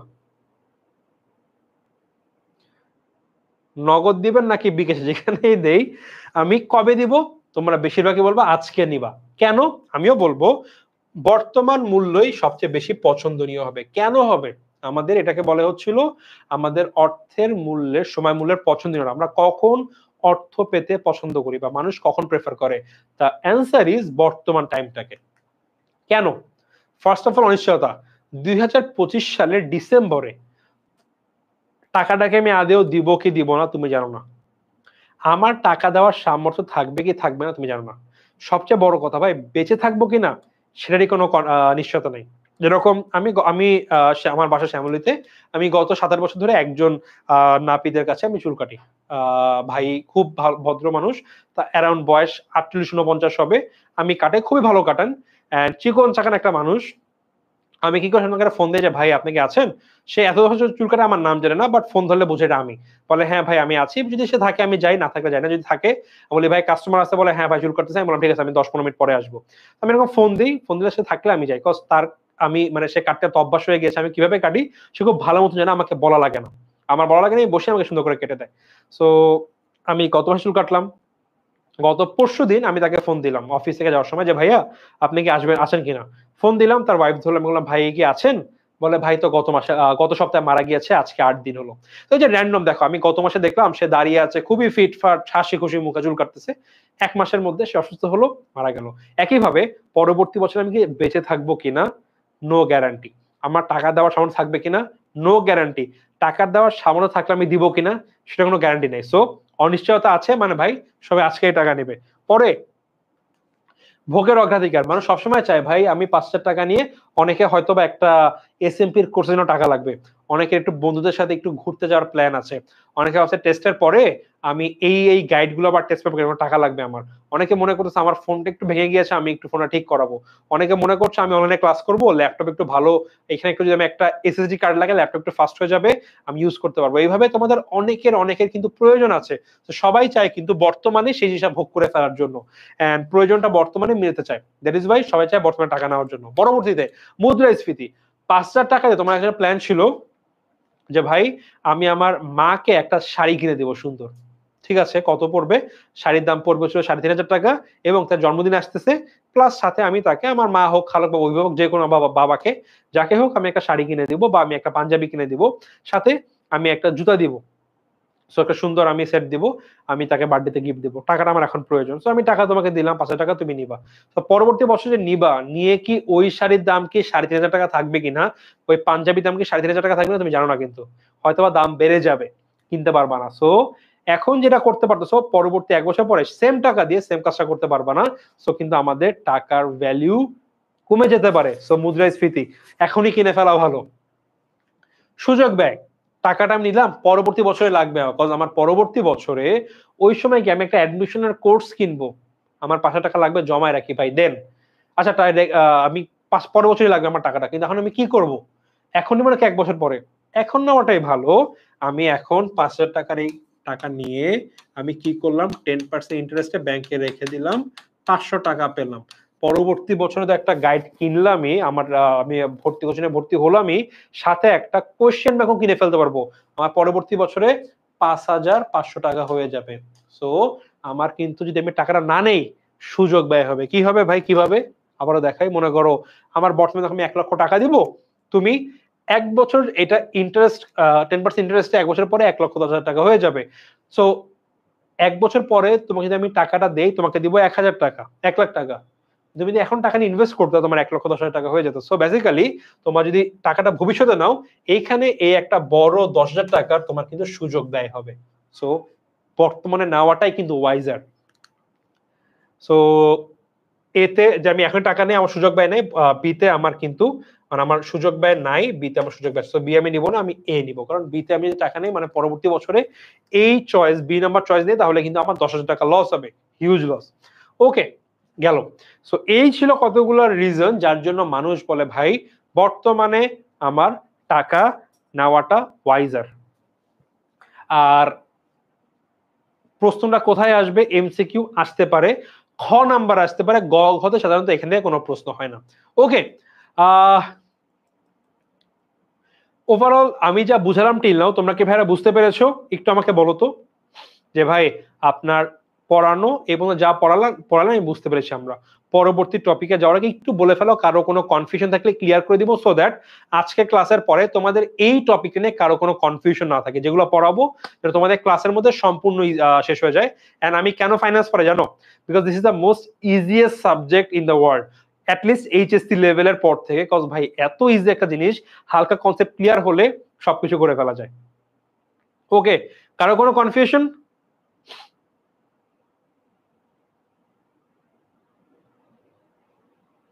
একটু কমেন্টে বলো তো ভাই আমরা আছি, ঘুমিয়ে যাও না শীতে, বা শীতে জমে যাও না, একটু বলো তো ভাই, আমরা সবাই একটু আওয়াজ দাও, সবাই আওয়াজ দেখি একটু আছে। ওকে, ইফতি বুঝেছে, ইয়াসমিন বুঝেছে, ফেরদৌস বুঝেছে, তারেক হোসেন বুঝেছে। ওকে, সো একটু আওয়াজ দাও ভাই, আমরা কিন্তু শীতে জমে যাই নাই, আমরা এখনো ঠিকঠাক আছি, ক্লাস করছি। ওকে, কনফিউশন নাই। আচ্ছা বলো তো, আমি কি বাকি টপিকে মানে আমি কি অন্য টপিকে যাব, নাকি একটু আমাদের যে শেষ মুহূর্তের প্রস্তুতি কোর্স সেইটা আমরা কিভাবে প্ল্যান করছি, এর আগে তোমাদের এই মোমেন্টে কিভাবে কি পড়া উচিত, এই সকল বিষয় নিয়ে একটু হালকা আইডিয়া নিয়ে দিব। একটু বলো তো আমরা শুরুতে কি করব, মানে এখনো কি এই টপিকটা পড়াবো, নাকি মানে পড়িয়ে যাব, নাকি আগে ওই বিষয়গুলো নিয়ে কথা বলে দেন আবার পড়ায় ব্যাক করব, কোনটা করব? আমাদের ইউটিউবে একমাত্র ইসরাত মিমি সারা দিয়ে যাচ্ছে, বাকিরা হয়তো বা জমে গিয়েছে। ফেসবুকে উম্মে নূর, তারেক হোসেন, নুসরাত, মুমু, জান্নাতুল ফেরদৌস, তারপরে তারেক হোসেন, অনেকেই বলছে আমরা এখনো আছি, কোনো অসুবিধা হয়নি। ওকে, কি করা উচিত, নেক্সট চলে যাবো নাকি একটু আমাদের তোমাদের পড়ার প্রিপারেশন নিয়ে আসবো। আচ্ছা, মিম বলছে নেক্সট স্লাইডে যান। ওকে, কিন্তু মিম সবার আগে বললো, মিমের কথার সম্মানে আমরা একটু রাখি আইডিয়া পড়ায় ব্যাক করবো, আইডিয়া দেন। ওকে, আবার এখানে আবার ফেসবুকে অনেকে বলছে আইডিয়া দেন। আচ্ছা, যেহেতু মেজরিটি অনেকেই বলছে আইডিয়া দেন, হালকা একটু কথা বলে আসি, দেন আমরা আমাদের পড়ায় ব্যাক করবো। মিম কিছু মনে করো না আপু, আমরা অল্প কিছু একটু ডিসকাস করি, কজ আজকের ক্লাসটা টপিকের থেকেও আমার মেইন এজেন্ডা হচ্ছিল overall what should be your মানে কি বলবো প্রিপারেশন স্ট্র্যাটেজি, বা তোমাদের এই মোমেন্ট থেকে কিভাবে কি পড়তে হবে সেগুলো। সো আই হোপ তোমাদের আচ্ছা, নাদিয়া ইয়াসমিন ভাই আমি অলরেডি কোর্সে এনরোল করেছি, থ্যাংক ইউ সো মাচ। তোমার সাথে আমাদের ক্লাসে দেখা হবে, বাট স্টিল এইখানেও দেখো, আমরা ওইখানেও কথা বলবো, এখানে আরো ইন ডিটেইল বলবো, বাট এখানে আমরা একটু ইনিশিয়াল একটা আইডিয়া দিয়ে নেই। ওকে, সো তোমরা যারা কোর্স কিনেছো দেখবা আমি এই টপিক যখন পড়াবো এগুলো আবারও কিন্তু পড়াবো, সো একটু রিপিট হবে প্রথমে, হয়তোবা এই যে টপিকগুলো পড়াচ্ছি আমি কোর্সে অনেক দ্রুত যাব, কারণ মানে দ্রুত বলতে এই ওয়েতে আগাবো। সো আই থিঙ্ক তোমরা প্রথম কিছু আধা ঘন্টা 1 ঘন্টা একটু কমন টপিক পাবা তোমরা যখন এই ক্লাসটা করবা। ওকে, সো আমরা এই মোমেন্টে দাঁড়িয়ে আছে ডিসেম্বরের 12 তারিখ। তোমাদের এক্সাম হবে মোস্ট প্রবাবলি কোন মাসে, অ্যারাউন্ড জুনের মিডিল, এরকম একটা আইডিয়া আমরা পাচ্ছি, তাই না? তো যদি ধরে নেই জানুয়ারি, ফেব্রুয়ারি, মার্চ, এপ্রিল, মে 5 মাস সময় তোমাদের হাতে আছে। এর আগে পরে কিছু সময় পাবা, ঠান্ডা লাগতে পারে, 2-1 দিন অসুস্থ হতে পারো, ঈদের 2-1 দিন বন্ধ থাকবে, রোজার মাস যাবে, রোজার প্রথম কয়েকদিন একটু অনেকের বলে ভাই দুর্বল লাগে, পড়তে ইচ্ছা করে না, দেন আরো অনেক কম বেশি বিষয় কিন্তু তোমাদের থাকবে। সো এই সবকিছু মিলায় আমাদের ধরে নিচ্ছি 5 মাস সময় আছে। এখন 5 মাসের মধ্যে একটা বড় সময় যাবে তোমাদের টেস্ট পরীক্ষায়, 2 মাস গণ, হাতে আছে 3 মাস সময়। কিভাবে পড়তে হবে? So the initial way of studying is you should have a routine, একটা proper well decorated well detailed routine. ভাই আমার আগামী 5 মাস 3-5-15 150 দিন সময় আছে, কবে কি কি করব? কোনো শুক্রবারে পড়বো না, শুক্রবার আরাম লাগবে, ওকে শুক্রবার বাদ দিয়ে দাও। ঈদের আগে পরে 2 দিন 4 দিন, ভাই ঠিক আছে আমি কোরবানিতে একটু আমি স্যাক্রিফাইস করবো, রোজার ঈদে আমি আবার বন্ধুদের সাথে বা আমার কাজিনদের সাথে বেরোবো, মা বাবার সাথে বেরোবো, ওকে হও ঠিক আছে। কখন কি করবো? তোমাদের রুটিন বানাও ভাই একটা, আমি অমুক অমুক দিন ছুটি থাকবে, উইকে আমি টানা 7 দিন পড়তে থাকি, অসুস্থ হয়ে পড়বো, সময় এইচএসসি মিলে এখনো 7 মাস সময়, 7 মাস যদি কেউ টানা পড়ে সে অসুস্থ হতে বাধ্য। সো তোমার পড়তে হবে, পড়ার সাথে রেস্ট নিতে হবে, সকল রকম এন্টারটেইনমেন্ট থাকতে হবে, এন্ড তোমাদের খেলাধুলা বা সব কিছু এন্টারটেইনমেন্ট বলতে কিন্তু অবভিয়াসলি মুভি সিনেমা না, বাসায় সে মোবাইল চাপা না, খেলাধুলার মধ্যে physical activity is a must. Okay, so ভাই কি একটু চিল করলে হবে? চিল না, যে সময়টুক পড়বা ওই সময় তোমার প্রপার পড়ার মধ্যে থাকতে হবে। দিনে 24 ঘন্টা প্রপারলি 7 থেকে 8 ঘন্টা ঘুমাও। ভাই কম পড়ে পড়তেছি, হ্যাঁ কিছু সময় ইফেক্টিভ হয়, সব সময় না। সো যখন তোমার এখন মনে কথা তোমার আগামী 2 সপ্তাহ কোনো পরীক্ষা নেই, প্রপারলি দিনে 6 থেকে 7 ঘন্টা, 7 ঘন্টা বেটার, 8 ঘন্টা একটু বেশি হয়ে যায়, ধরে নাও 7 ঘন্টা ঘুমাচ্ছ, 7 আমি ধরেছি তোমার সকাল এবং বিকাল মিলে 8 ঘন্টা ঘুমাচ্ছে, কতক্ষণ থাকতেছে? 16 ঘন্টা। 16 ঘন্টার মধ্যে তোমার বাকি সবকিছুর জন্য 4-5 ঘন্টা সময় রাখো। এখন যদি তুমি 16 ঘন্টার মধ্যে 4-5 ঘন্টা নিলেও তোমার 10 থেকে 12 ঘন্টা আসে, যদি তুমি ওভারঅল দিনে 10 ঘন্টা প্রপারলি পড়তে পারো, ভাই তোমার এখনো এন্টায়ার সিলেবাস না পারলেও, ভাই আমি কিন্তু পারি না, প্রপারলি গুছায় শেষ করে ফেলতে পারবা। কোনো কিছু না পারো, অ্যাকাউন্টিং এ পসিবল, ফাইন্যান্সে চোখ বন্ধ করে possible, marketing management possible, English একটু প্র্যাকটিস করতে হবে, গ্রামার পার্টে প্রচুর প্র্যাকটিস করতে হবে, বাংলা হয়ে যাবে, কোনো অসুবিধা নাই, আইসিটি হয়ে যাবে, সবগুলাই পসিবল যদি তুমি তোমার প্রপারলি রুটিন রাখো। রুটিন কিভাবে করবা? ভাই অমুক দিন আমি অমুক টপিক, নিশ্চয়ই তুমি গত 1.5 বছর বা তুমি যে পড়ছো 1.5 বছর 1 বছর একটু বেশি সময় ধরে না পড়ে না, অনেক কিছু পড়েছো, তোমার কিন্তু বেসিক আইডিয়া ভালো আছে, তুমি তোমার ফার্স্ট ইয়ার ফাইনাল দিয়েছো, তোমার প্রি টেস্ট দিয়েছো, টেস্ট কদিন পরে দিবা, so you already have idea, তাই না? সো নতুন করে পড়ার কিছু নাই, যেগুলো পড়ে ফেলেছো জানো, আচ্ছা এই টপিকে আমি টপিকটা পড়তেছি, আমি ব্যাংক মনে করো ব্যাংকিং পড়তেছি, আমি ব্যাংকিং এক্সাম্পল দিই বিকজ আমি ভালো বলতে পারবো এখানে, ব্যাংকিং এর ইতিহাস লাইন বাই লাইন পড়ার কিছু নেই, তুমি জানো ওই লাইন দাগানো আছে, এখান থেকে এমসিকিউ কাজও পড়ে যাও, ব্যাংকিং এর বৈশিষ্ট্যগুলো যেখান থেকে প্রশ্ন আসে ওইটা একটু ভালো মতন পড়ো, ওগুলো লিখে ফেলো, একটু পড়তেছো মেন মেন পয়েন্টগুলো লিখে ফেলতেছো, এন্ড পড়া হয়ে গেলে তুমি একটা টেস্ট পেপার কিনে ফেলো, পুরাতন টেস্ট পেপার কেন, তোমাদের সাথে ভালো জিনিস হচ্ছে তোমাদের লাস্ট ইয়ারে কিন্তু এইচএসসি পরীক্ষা হয় নাই ওদের, সো টেস্ট পেপার যে কিনবা, হ্যাঁ টেস্ট পেপার কিনলে বিভিন্ন কলেজের এই বছর টেস্ট প্রশ্নগুলো পাবা, বাট ওইটা যে অনেক হেল্প করবে না।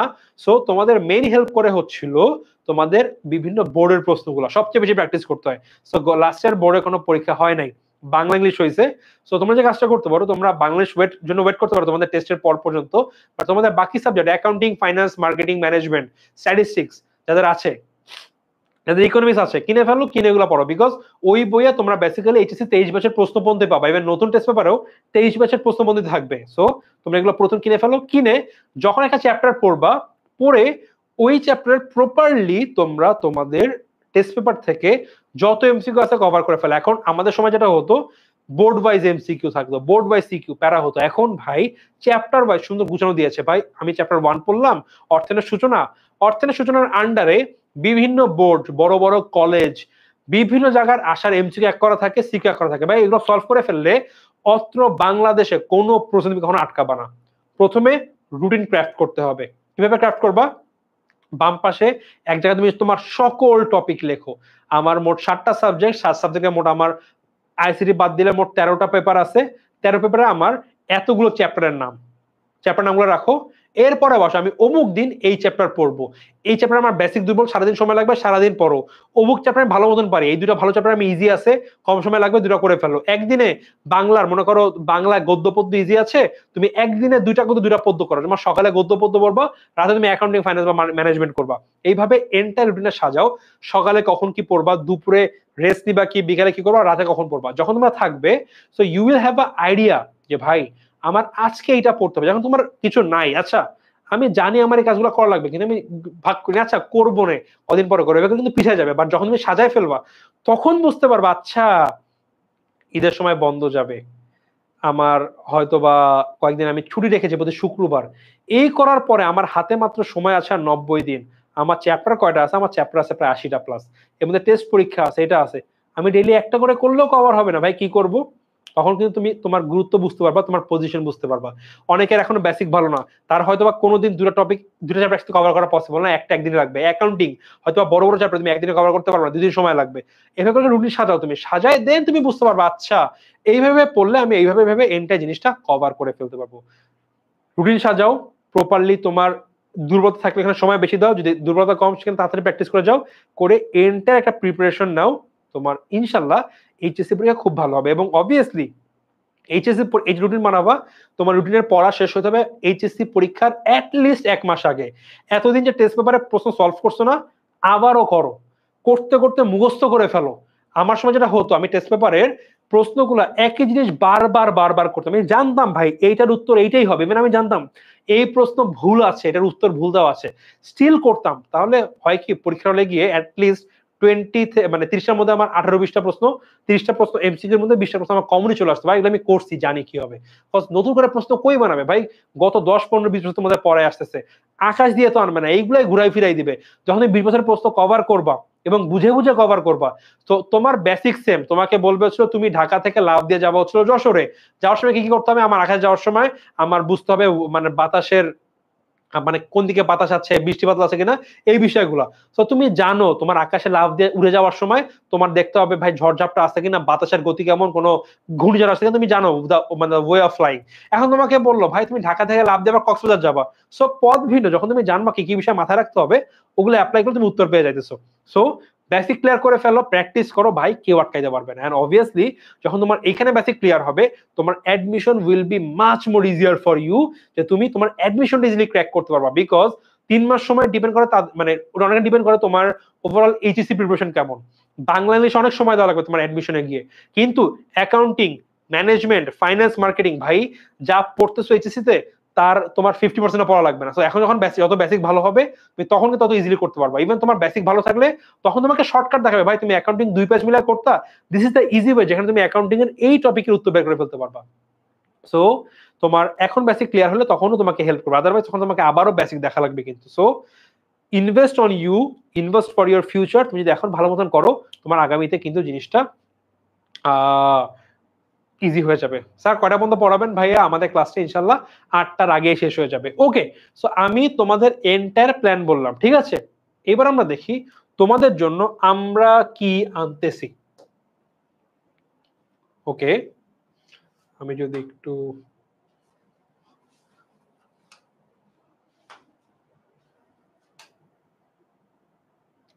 ওকে দেখো, সো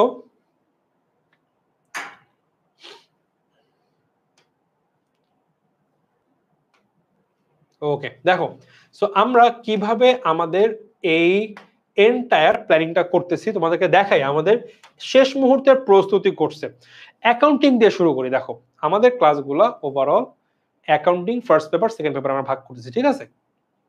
কিভাবে ভাগ হবে আমাদের এসএমপি ক্লাসগুলো দেখো। সো ফার্স্ট পেপার আমাদের ক্লাস হবে সব মিলে এখান থেকে কত কত 1 2 4 5 6 7 8 9 10 11। কিভাবে শুরু হচ্ছে? প্রথম ক্লাস আমাদের হিসাব বিজ্ঞানের, তোমরা কি দেখতে পাচ্ছ? এটা জুম করি আরো আরো তো অলরেডি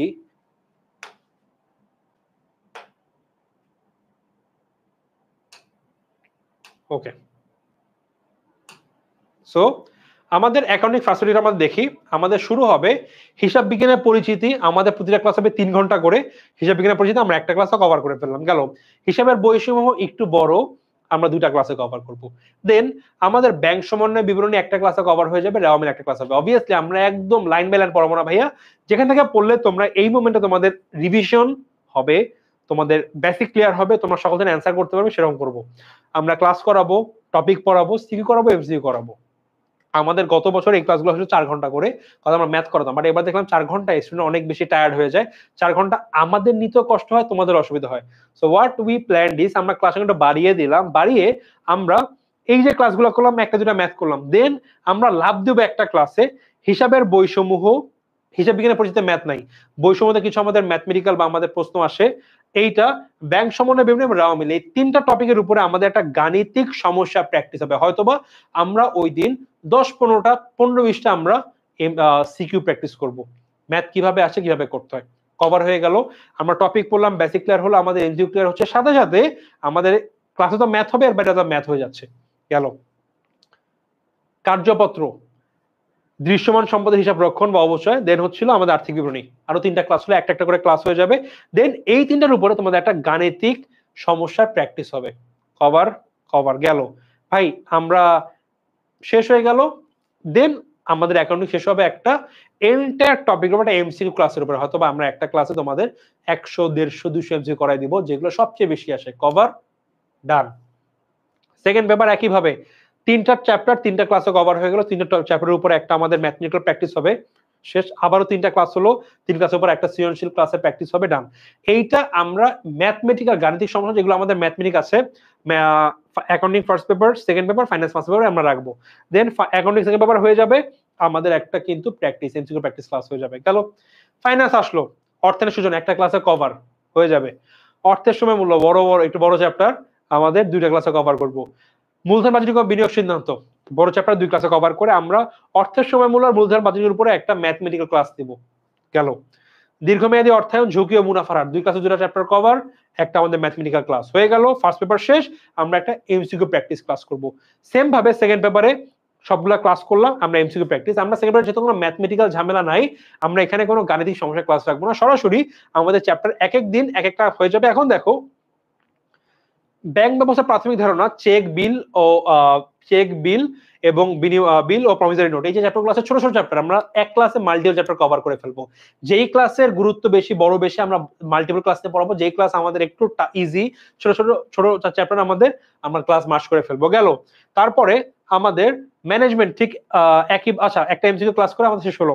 ম্যানেজমেন্ট আমাদের ক্লাস হয়ে যাবে হয়ে MCQ first paper second paper, then একইভাবে marketing first paper second paper. দেখো, বিপণন পরিচিতি বড়, 2 ক্লাসের মধ্যে হবে। পণ্যের মূল্য নির্ধারণ বড়, 2 ক্লাস হবে করে আমাদের কিন্তু ওভারঅল এইভাবে আমরা এক একটা টপিক ধরে ধরে শেষ করে ফেলবো। আচ্ছা ভাই, আমরা কি চ্যাপ্টার সাবজেক্ট ওয়াইজ আগাবো? অবভিয়াসলি না। আমরা কিভাবে আগাবো? আমরা আগাবো হচ্ছিল আমাদের ওভারঅল, দেখো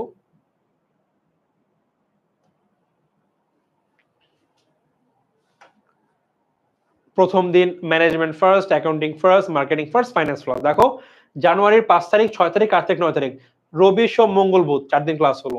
পরের সপ্তাহে ম্যানেজমেন্ট ফার্স্ট, তারপর হচ্ছিল accounting first, marketing first, finance first paper. পরের উইকে সানডে মানডে ওয়েডনেসডে থার্সডে, আমাদের প্রতি উইকে একটা বিষয়ের উপর একটা করে ক্লাস হবে। অর্থাৎ তোমরা ভাই যাদের অ্যাকাউন্টিং ম্যানেজমেন্ট সবার আছে, প্রতিদিন প্রতি উইকে 2টা করে ক্লাস পাবে। এর সাথে যারা ফাইন্যান্স থাকে সে ফাইন্যান্স পাবে, যে মার্কেটিং থাকে সে মার্কেটিং পাবে। অর্থাৎ তোমাদের এইখানে উইকলি 3টা করে ক্লাস হবে। এখন হ্যাঁ, অনেক উইকে দেখা যায় মাঝে মধ্যে কোনো সরকারি ছুটি পড়ে গিয়েছে, অনেক সময় অন্য, মনে করো মাঝে মধ্যে যেটা হয় যে অনেক সময় প্রচুর ঝড় পড়ছে, আমরা আমাদের ক্লাস ক্যান্সেল করি। আমাদের লাস্টে যেটা হয়েছিল, মাঝে প্রচুর ঝড় গিয়েছিল এই কোর্সের সময়। আমাদের ওই যে গত বছর যে বিভিন্ন ঘূর্ণিঝড় হয়, তো ওই সময় আমাদের যে কাজটা করেছিলাম, আমরা এই ক্লাসটা কিছু অফ রেখেছিলাম, বিকজ এন্টায়ার দেশ জুড়ে নেটের কারেন্ট ছিল না, নেটওয়ার্ক ইস্যু ছিল। সো এরকম সিচুয়েশনে দুই একটা ক্লাস আমাদের ক্যান্সেল করে, এটা খুবই রেয়ারলি ক্লাস ক্যান্সেল করে আমাদের অন্য উইকে হয়তো একটা ক্লাস বেড়ে যায়, এরকম হতো। তো এইভাবে আমাদের এন্টায়ার বিষয়গুলো দেখো, আমাদের শুরু হচ্ছে আপাতত জানুয়ারির 5 তারিখে, এবং আমাদের এন্টায়ার ক্লাস শেষ হয়ে যাবে মে মাসের 5 তারিখে গেল।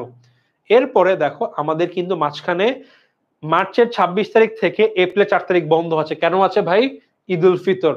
তারপরে আমাদের ঈদ উল আজহাতে যদি যাই, আমাদের কিন্তু এখানে একটা বন্ধ পড়তেছে। এখানে কয় তারিখ থেকে? জুনের 5 তারিখ থেকে আমাদের একটা বড় বন্ধ থাকতেছে, অলমোস্ট আমাদের থাকতেছে আর কি। সো মেরপরে ক্লাস শেষ হয়ে যাচ্ছে।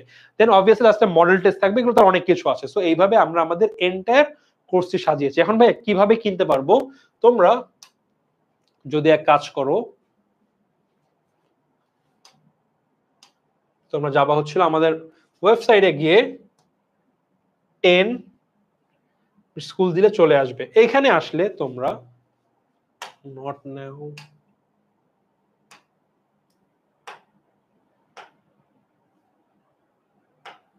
ওকে, আমরা গেলাম, গেলে এরকম একটা আমরা ওয়েবসাইট পেয়ে যাব, আমাদের ল্যান্ডিং পেজ।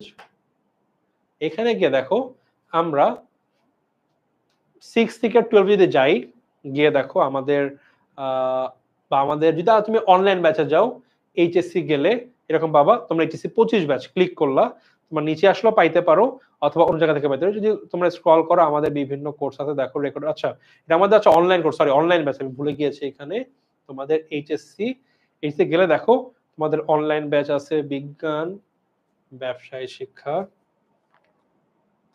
সো নিচে আসলে দেখো তোমরা তোমাদের শেষ মুহূর্তের প্রস্তুতি কোর্স পেয়ে যাবে।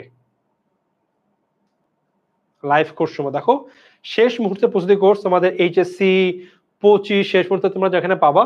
তোমরা ধরে নিচ্ছি ব্যবসায় শিক্ষা কোথায় আছে, ব্যবসায় শিক্ষা, দেখো তোমাদের ব্যাচ কিনে ফেললাম।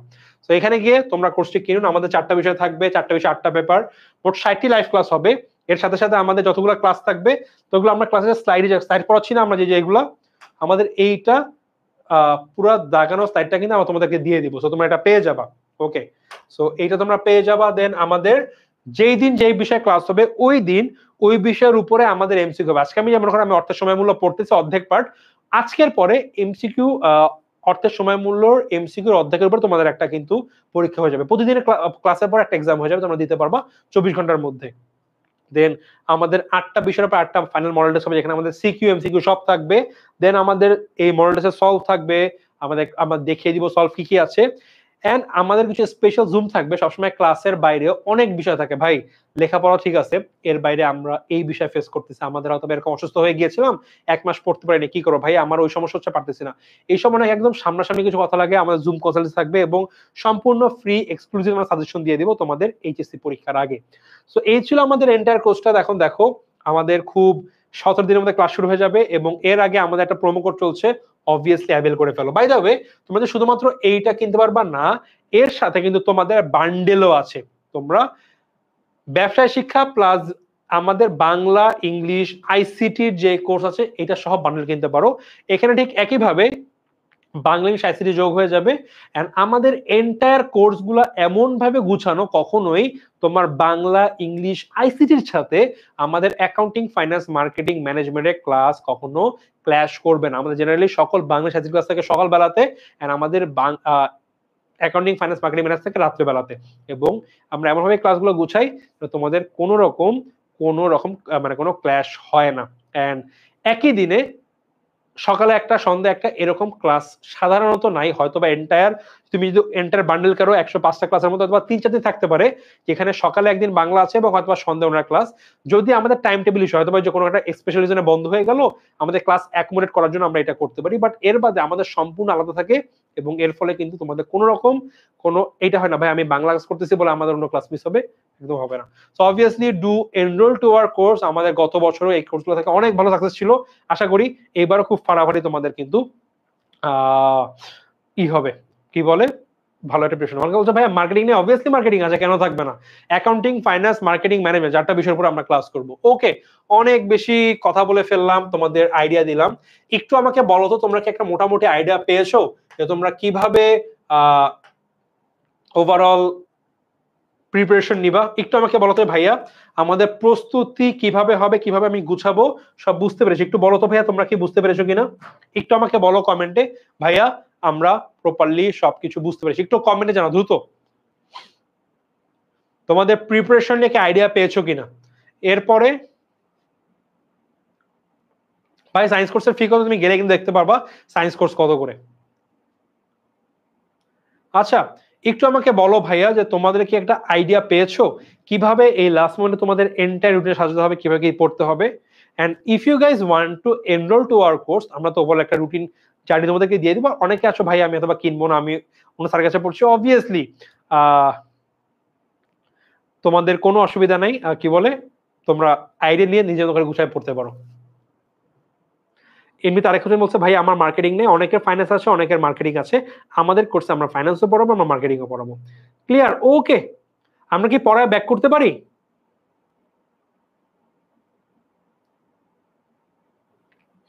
দেখো তোমরা বললা ভাইয়া আমাদের আইডিয়া দেন, আমরা কিন্তু আইডিয়া দিতে গেলাম, দিতে গেলে তোমাদের অনেকেই ভাইয়া বন্ধুরা কিন্তু চলে গিয়েছে ক্লাস থেকে, তাদের তোমার ক্লাসই ভালো লাগছিল, যে আইডিয়া দিতে গেলাম বলে না ভাই আমরাও ভালো বুঝি, আমাদের আমরা ওই ওয়াইজ পড়বো, চলে গেল।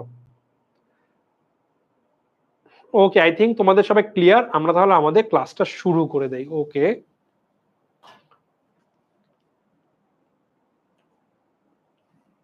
গেল অর্থের সময় মূল্যের অগ্রাধিকারের কারণ সমূহ, কেন আমরা অগ্রাধিকার দিব বর্তমান মূল্যকে, আমরা এটা দেখলাম। ওকে, এইবার আমরা দেখব অর্থের মূল্য নির্ধারক উপাদান। এই যে অর্থের মূল্য কি বাড়বে নাকি কমবে, এটা কি পজিটিভলি যাবে নাকি নেগেটিভলি, এটা কিভাবে ডিপেন্ড করে ভাই কোন কোন বিষয়ের উপরে? মূলত 3টা জিনিস থাকে, এর বাইরেও আরো কিছু আছে, আমরা এখন এই বিষয়গুলো দেখব। এইটা তোমরা ভালো মতন বুঝে নাও, তোমাদের এমসিকিউ এবং অ্যাডমিশনে এই কনসেপ্টটা অনেক বেশি গুরুত্বপূর্ণ। দেখো 1 নাম্বার, সুদ বা বাট্টার হার। আমাদের অর্থের সময় মূল্যের বা অর্থের মূল্যের পরিবর্তনের সবচেয়ে বড় প্রভাবক হলো এই সুদের হারটা। দেখো সুদের হার অর্থ প্রবাহ বাট্টা, মানে সুদের হারে অর্থ বাট্টা হয়ে থাকে। অর্থের সময় মূল্য নির্ধারণের সবচাইতে গুরুত্বপূর্ণ উপাদান হচ্ছে সুদের হার বা বাট্টার হার। এটা কিভাবে ইম্প্যাক্ট করে ভাই দেখো তো, এটা হচ্ছে বর্তমান মূল্যকে, আমি যদি বর্তমান মূল্যের কথা দেখি, দেখো ঋণাত্মক সম্পর্ক, অর্থাৎ বাট্টার হার যত বড় হবে আমার সুদের হার বর্তমান মূল্য তত বেশি কমবে। যখনই বাট্টার হার আমার কমে যাবে তখনই বর্তমান মূল্য বেড়ে যাবে। ভবিষ্যৎ মূল্যের ক্ষেত্রে আবার ভিন্ন জিনিস, যখন এই সুদের হার বাড়বে তখন, যখন বাট্টার হার বাড়বে, দেখো যখন বাট্টার হার বাড়বে তখন কিন্তু আমার ভবিষ্যৎ মূল্য বেড়ে যাবে, একটা ধনাত্মক সম্পর্ক। যখন বাট্টার হার কমে যাবে তখন আমার কিন্তু ভবিষ্যৎ মূল্যের মানে ভবিষ্যৎ মূল্যটা কমে আসবে। সো একটা ধনাত্মক সম্পর্ক আছে। যদি ভালো মতো দেখি আমরা একটু, আমার বাট্টার হার বাড়লে বর্তমান মূল্য কমবে, দেখো বাট্টার হার বাড়তেছে বর্তমান মূল্য কমতেছে, বাট্টার হার কমতেছে বর্তমান মূল্য বাড়তেছে, অর্থাৎ একটা ঋণাত্মক সম্পর্ক বিদ্যমান, রাইট? এরপর আমি যদি দেখি আমার সুদের হার যদি বাড়ে আমার ভবিষ্যৎ মূল্য কিন্তু বাড়বে, আমি সুদের হার কমে ভবিষ্যৎ মূল্য কমবে, এখানে একটা ঋণাত্মক সম্পর্ক। সো আমার বাট্টার হার, আমরা বাট্টার হারকে প্রকাশ করি আই দিয়ে অথবা কে দিয়ে, এক এক বইতে এক এক রকম আছে। সো আমাদের আই বা কে বা হোয়াট এভার ইট ইজ, বাট্টার হারটা বা সুদের হার আমার বর্তমান মূল্যের সাথে একটা নেগেটিভ সম্পর্ক রেখেছে এবং ভবিষ্যৎ মূল্যের সাথে একটা পজিটিভ সম্পর্ক রেখেছে। আমাদের প্রথম বিষয় ছিল বাট্টার হার। ওকে, পরবর্তী বিষয় সময় বা মেয়াদ। বাট্টার হারের সাথে মনে করো আমি বললাম বাট্টার হার অনেক বেশি, 200% ইন্টারেস্ট রেট, টাকা সকালে দিলাম বিকালে, টাকা কি বাড়বে? বাড়বে না, কিন্তু বাট্টাতে কিন্তু সময় লাগে। তো সময় কিন্তু এখানে ইম্প্যাক্ট ফেলে, কত পরে বা কত দ্রুত এর উপর ডিপেন্ড করে আমার মূল্য কত ভ্যারি করবে, এটা কিন্তু ডিপেন্ড করে। দেখো যখন সময় বাড়বে তখন বর্তমান মূল্য কমবে, সময় কমলে বর্তমান মূল্য বাড়বে, মানে একটা বাড়লে অন্যদিকে যাচ্ছে, মানে একটা ঋণাত্মক সম্পর্ক বিদ্যমান। আবার ভবিষ্যৎ মূল্যের ক্ষেত্রে যখন সময় বাড়বে ভবিষ্যৎ মূল্য বাড়বে, সময় কমলে ভবিষ্যৎ মূল্য কমতেছে, অর্থাৎ একটা ঋণাত্মক সম্পর্ক। সো একইভাবে আমরা সময়কে জেনারেলি এন দিয়ে প্রকাশ করি। এই আই এর মতো এনও আমাদের ভবিষ্যৎ মূল্যের সাথে একটা পজিটিভ সম্পর্ক রাখে এবং আমাদের বর্তমান মূল্যের সাথে একটা নেগেটিভ সম্পর্ক রাখে। গেল গেল পরবর্তী বিষয় কি, সুদের ধরন। আমাদের সুদটা কেমন হবে? আমাদের কি চক্রবৃদ্ধি সুদ হবে নাকি আমাদের সরল সুদ হবে? সরল সুদ হলে আমাদের একরকম সম্পর্ক হবে, চক্রবৃদ্ধি হলো অন্যরকম। চক্রবৃদ্ধি হলে খুব দ্রুত বাড়বে, সরল সুদ হলে কম। সো সুদের ধরনও ডিপেন্ড করে যে আমার বর্তমান মূল্য এবং ভবিষ্যৎ মূল্যের মধ্যে কতটা পার্থক্য হবে। এরপরে আছে মুদ্রাস্ফীতির হার। দেশে মুদ্রাস্ফীতি কেমন, এটার সাথে মূল্যের অনেক ভ্যারি একটা করে। যদি দেখা যায় দেশের মুদ্রাস্ফীতি বেশি, আমার কিন্তু মূল্য অর্থের মূল্য খুব দ্রুত পড়ে যাবে। এরপরে ঝুঁকিপূর্ণ প্রতিদান হার। আমি যে টাকাটা আমি কম্পেয়ার করতেছি কোথায় ইনভেস্টের জন্য, আমি কোথায় ইনভেস্ট করব?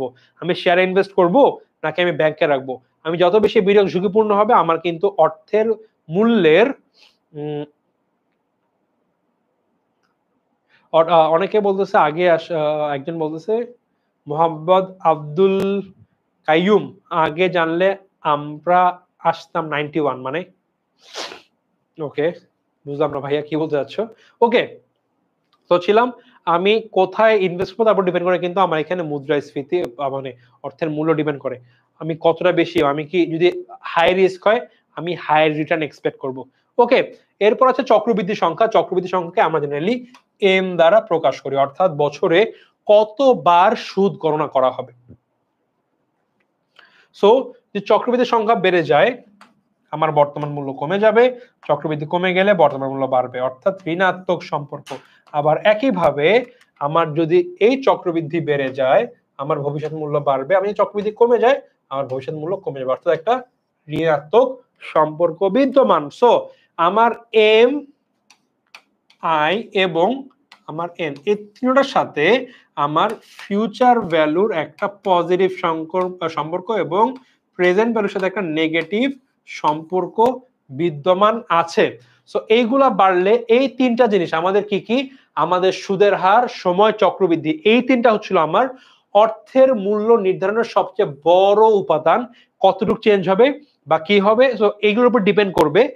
এন্ড এই তিনটাই বাড়লে ফিউচার ভ্যালু বাড়বে, কমলে ফিউচার ভ্যালু কমবে, অর্থাৎ এটা যদি এই ভ্যালু যদি বেড়ে যায় ফিউচার ভ্যালু বাড়বে, প্রেজেন্ট ভ্যালু কমে যাবে, অর্থাৎ সবগুলোর সাথে ফিউচার ভ্যালুর একটা ভালো সম্পর্ক আছে, একদম বন্ধু বন্ধু সম্পর্ক, আর এগুলোর সাথে প্রেজেন্ট ভ্যালুর একটা নেগেটিভ সম্পর্ক আছে, শত্রু টাইপ সম্পর্ক। সো এই ছিল আমাদের ওভারঅল অর্থের মূল্য নির্ধারক উপাদান সমূহ। একটু সবাই বলো তো, এই যে কনসেপ্ট 6টা বললাম তোমাদের কি একদম ক্লিয়ার কিনা একটু বলো তো। সুজন বলছে ভাইয়া ক্লাস কবে থেকে শুরু? ভাইয়া মেন ক্লাস শুরু হয়ে যাবে আমাদের হচ্ছিল জানুয়ারি থেকে, জানুয়ারি ফার্স্ট উইক থেকে। তবে আমাদের ডিসেম্বরে কিন্তু এই পরবর্তী দিনগুলোতে অনেকগুলা আমাদের এমসিকিউ ক্লাস আছে, ওয়ান শট ক্লাস, সম্পূর্ণ ফ্রি, তোমরা ক্লাসগুলো করতে পারো। এখানে আমরা প্রিভিয়াস ইয়ারের কোশ্চেন সলভ করব যেন তোমাদের টপিকগুলো একদম ইজি হয়ে যায়। ওকে, সাদিয়া এম বলছে, সাইদা বলছে ভাইয়া ক্লিয়ার। ওকে, বাকিরা বলো তো যে তোমরা ক্লিয়ার কিনা, একটু বলো তো সবাই ক্লিয়ার কিনা তোমরা।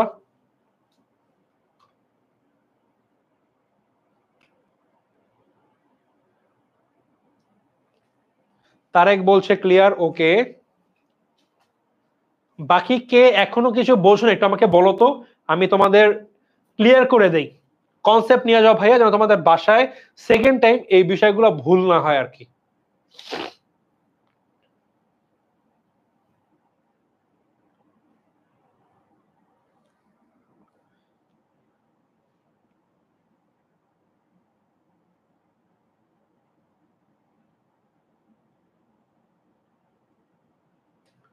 ক্লিয়ার, তারেক হোসেন বলছে ক্লিয়ার, রুস্তম বলছে ক্লিয়ার। ওকে, জান্নাতুল ফেরদৌস বলছে ক্লিয়ার। ভাইয়া আর একবার বুঝাই দেন। ওকে, সো বিষয়টা হচ্ছে আমাদের অর্থের মূল্য নির্ধারকের উপাদান। এই যে আমরা বলি অর্থের বর্তমান মূল্য আর সময় মূল্য, ভবিষ্যৎ মূল্য এক না, বর্তমান মানে মূল্য থেকে ভবিষ্যৎ মূল্য ভ্যারি করে। আমি একটু কিন্তু এগুলো সব পড়ে এসেছি, তাই না, এগুলো দেখে আসলাম।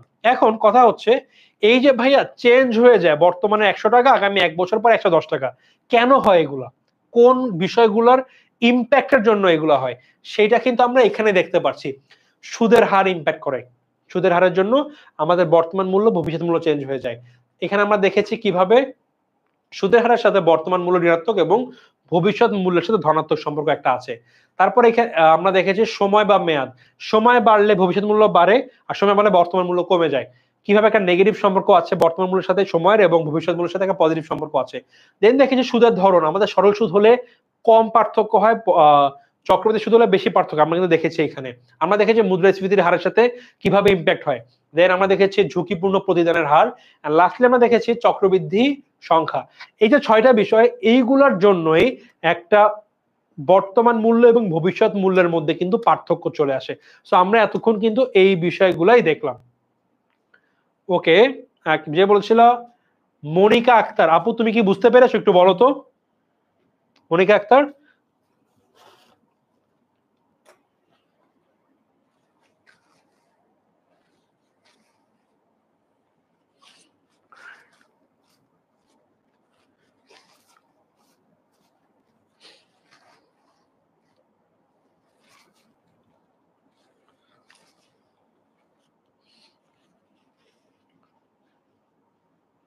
সবাই ক্লিয়ার আই গেস?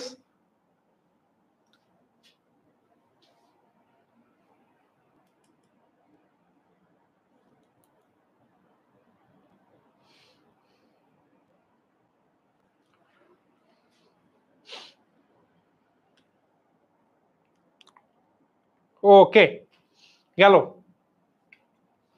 আমরা আমাদের এইবার কিছু এমসিকিউ দেখে নেই, দেখা যাক। আমরা ম্যাক্সিমাম এমসিকিউ দেখবো, এগুলো বিভিন্ন বোর্ডে এসেছে। সো আমাদের প্রিপারেশন কেমন হলো আমরা এমসিকিউর মাধ্যমে দেখে নিতে পারি। ওকে, বলো। এগুলা কিন্তু অনেকে দেখো ভাই সব কি ইজি ইজি এমসিকিউ দিছেন, এগুলো তো আমরা পারি, তাই না? সো আমরা এগুলা কিন্তু সব বোর্ডে আসে এমসিকিউ দিচ্ছি। সো এমন না যে আমরা বানাই দিলাম। ওকে, বলো। আমি একটা এমসিকিউ, তোমরা একের এ বি সি ডি বলবা, এভাবে বলবা। ভবিষ্যতে প্রাপ্ত টাকার এখনকার মূল্যকে কি বলে? বলো তো।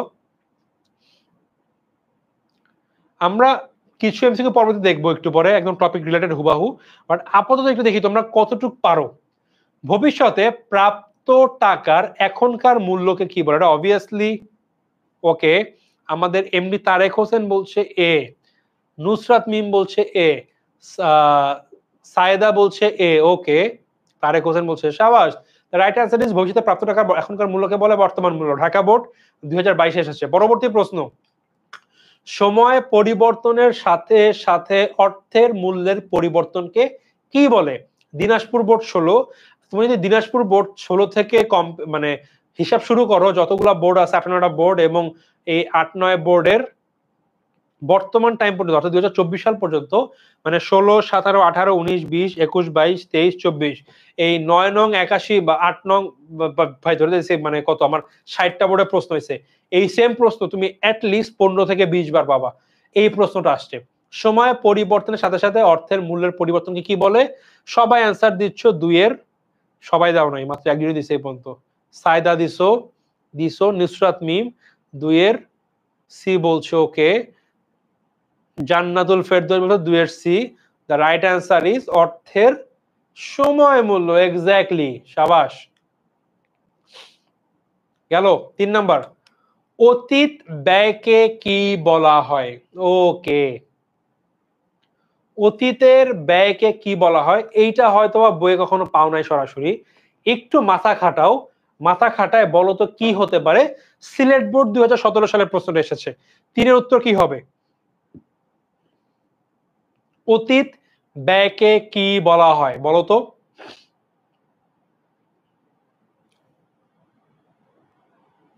অনেকে বলতো সি। ভাইয়া কত সি?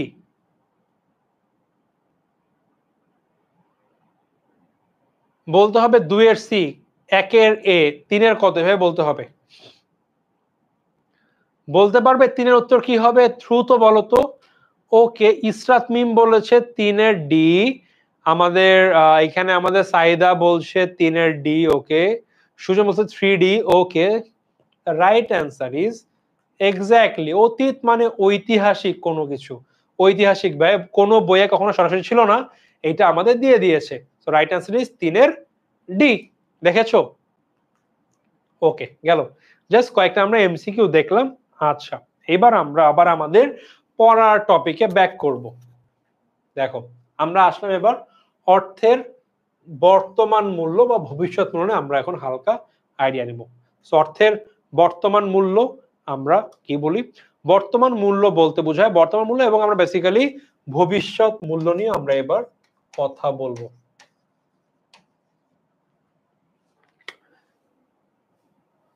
বর্তমান মূল্য বলতে ভবিষ্যতে প্রাপ্য অর্থের আজকের মূল্য, অর্থাৎ আমি ভবিষ্যতে পেতাম হচ্ছিল 110 টাকা, এইটার আজকের মূল্য কত? 100 টাকা।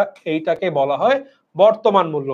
বর্তমান মূল্য সর্বদা ভবিষ্যৎ মূল্য থেকে কম হয়। ভেরি ভেরি ইম্পর্টেন্ট এমসিকিউ, যে বর্তমান মূল্য সর্বদা ভবিষ্যৎ মূল্য থেকে কম হয়। অর্থাৎ আমার দুইটা অ্যামাউন্ট আছে, একটা অ্যামাউন্ট আছে হচ্ছিল 825, একটা আছে 715।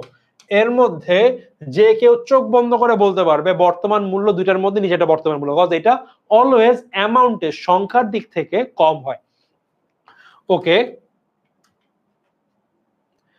অর্থের ভবিষ্যৎ মূল্য কি? দেখো আজকের নির্ধারিত টাকা নির্দিষ্ট সুদের হারে কোথাও বিনিয়োগ করলে নির্দিষ্ট সময় পরে প্রদত্ত সুদের হারে তা বেড়ে যে পরিমাণ হবে তাকেই ভবিষ্যৎ মূল্য বলে। ভবিষ্যৎ মূল্যের ধারণাকে প্রান্তিক মূল্য নামেও বলা হয়। মাথায় রাখো, প্রান্তিক মূল্য বা টার্মিনাল ভ্যালু। এই প্রশ্নটা ঢাকা ভার্সিটি ভর্তি পরীক্ষায় একবার আসছিল। প্রান্তিক মূল্য, ঢাকা ভার্সিটি নাকি কোন ইউনিভার্সিটি আসলে ভর্তি পরীক্ষায়, প্রান্তিক মূল্য বলতে কোনটাকে বোঝায়? বর্তমান মূল্য, ভবিষ্যৎ মূল্য কোনটাকে? চলে আসতে পারে একটা এমসিকিউতে, তাই না? উত্তর হবে কি? ভবিষ্যৎ মূল্যকে।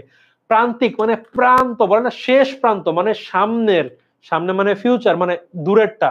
সো প্রান্তিক মূল্য বলতে আমাদের দূরের মূল্যকে বোঝানো হচ্ছে, এবং প্রান্তিকের একটা টার্মিনাল। তো টার্মিনাল ভ্যালু নামে পরিচিত। ভবিষ্যৎ মূল্য সর্বদা বর্তমান মূল্য অপেক্ষা কি হয়? অলওয়েজ বেশি হবে। বুঝেছো? আই হোপ সো তোমরা বুঝতে পেরেছো। এই ছিল আমার বর্তমান মূল্য ভবিষ্যৎ মূল্য। যদি পার্থক্য দেখে নেই, আমাদের পার্থক্য দেওয়া আছে। দেখো সংজ্ঞা: ভবিষ্যতে প্রাপ্য অর্থে আজকের মূল্যকে বর্তমান মূল্য বলে। আর আজকে নির্ধারিত টাকা ভবিষ্যৎ চক্রবৃদ্ধি, যেটা ভবিষ্যৎ মূল্য দেখেছো।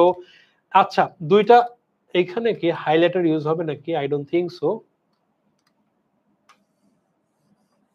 আচ্ছা, ও ভালোই তো হচ্ছে। সো বর্তমান মূল্য নির্ধারণ করার কৌশলকে বলা হয় বাট্টাকরণ পদ্ধতি, আর ভবিষ্যৎ মূল্য নির্ধারণ করাকে বলা হয় চক্রবৃদ্ধিকরণ পদ্ধতি বলা হয়। এইটা মাথায় রাখতে হবে ভালো মতন, ঠিক আছে? ও আচ্ছা, এটা বুঝতে যাচ্ছে। বাট্টাকরণ চক্রবৃদ্ধিকরণ প্রশ্ন আসে, বাট্টাকরণ পদ্ধতি বলতে কি বুঝো, চক্রবৃদ্ধিকরণ পদ্ধতি বলতে কি বুঝো, আমাদের কিন্তু পারতে হবে। ওকে, ভবিষ্যতে মূল্যের উপর বাট্টা করে বর্তমান নির্ধারণ করা হয় বলে বর্তমান মূল্য ভবিষ্যৎ মূল্য অপেক্ষা অলওয়েজ কি হবে? এটা অলওয়েজ বর্তমান মূল্য কম হবে, আর ভবিষ্যৎ মূল্য কি হবে? অপেক্ষা অলওয়েজ বেশি হবে। আমাদের তিনটা গুরুত্বপূর্ণ বৈশিষ্ট্য আমরা দেখে নিলাম। ওকে, সো বাট্টাকরণ পদ্ধতি, বাট্টাকরণ পদ্ধতি কি? দেখো, ভবিষ্যৎ মূল্য থেকে বর্তমান মূল্য নির্ণয় করার পদ্ধতিকে বলা হয় বাট্টাকরণ। কার থেকে? দেখো, ভবিষ্যৎ মূল্য থেকে বর্তমান, অর্থাৎ ফিউচার থেকে প্রেজেন্ট ভ্যালুকে বলা হবে বাট্টাকরণ। বাট্টা করে কমায় নিয়ে আসছি। বাট্টাকরণ পদ্ধতি মানে কি বলো ভাই? আমাদের ফিউচার ভ্যালু থেকে প্রেজেন্ট ভ্যালু আনতে হবে। বর্তমান মূল্য নির্ণয় করতে হয় বাট্টাকরণ পদ্ধতিতে। দেখো, ভবিষ্যৎ মূল্য থেকে বর্তমান মূল্য, বাট্টাকরণ পদ্ধতি ইজি। চক্রবৃদ্ধিকরণ পদ্ধতি, দেখো, অর্থের বর্তমান মূল্য থেকে ভবিষ্যৎ মূল্য নির্ণয় করার পদ্ধতিকে বলা হয় চক্রবৃদ্ধিকরণ। সো বর্তমান মূল্য থেকে ভবিষ্যৎ মূল্য নির্ণয় করার পদ্ধতিকে বলা হচ্ছে চক্রবৃদ্ধিকরণ পদ্ধতি। অর্থের ভবিষ্যৎ মূল্য নির্ধারণের জন্য করা হয় চক্রবৃদ্ধিকরণ পদ্ধতি। So important. দেখো, এই যে বর্তমান মূল্য থেকে ভবিষ্যতে যাচ্ছে, বুঝতে পেরেছো কি? একটু বলো তো যে ভাইয়া আমরা প্রপারলি বুঝতে পেরেছি, তাদের কমেন্টে জানাও।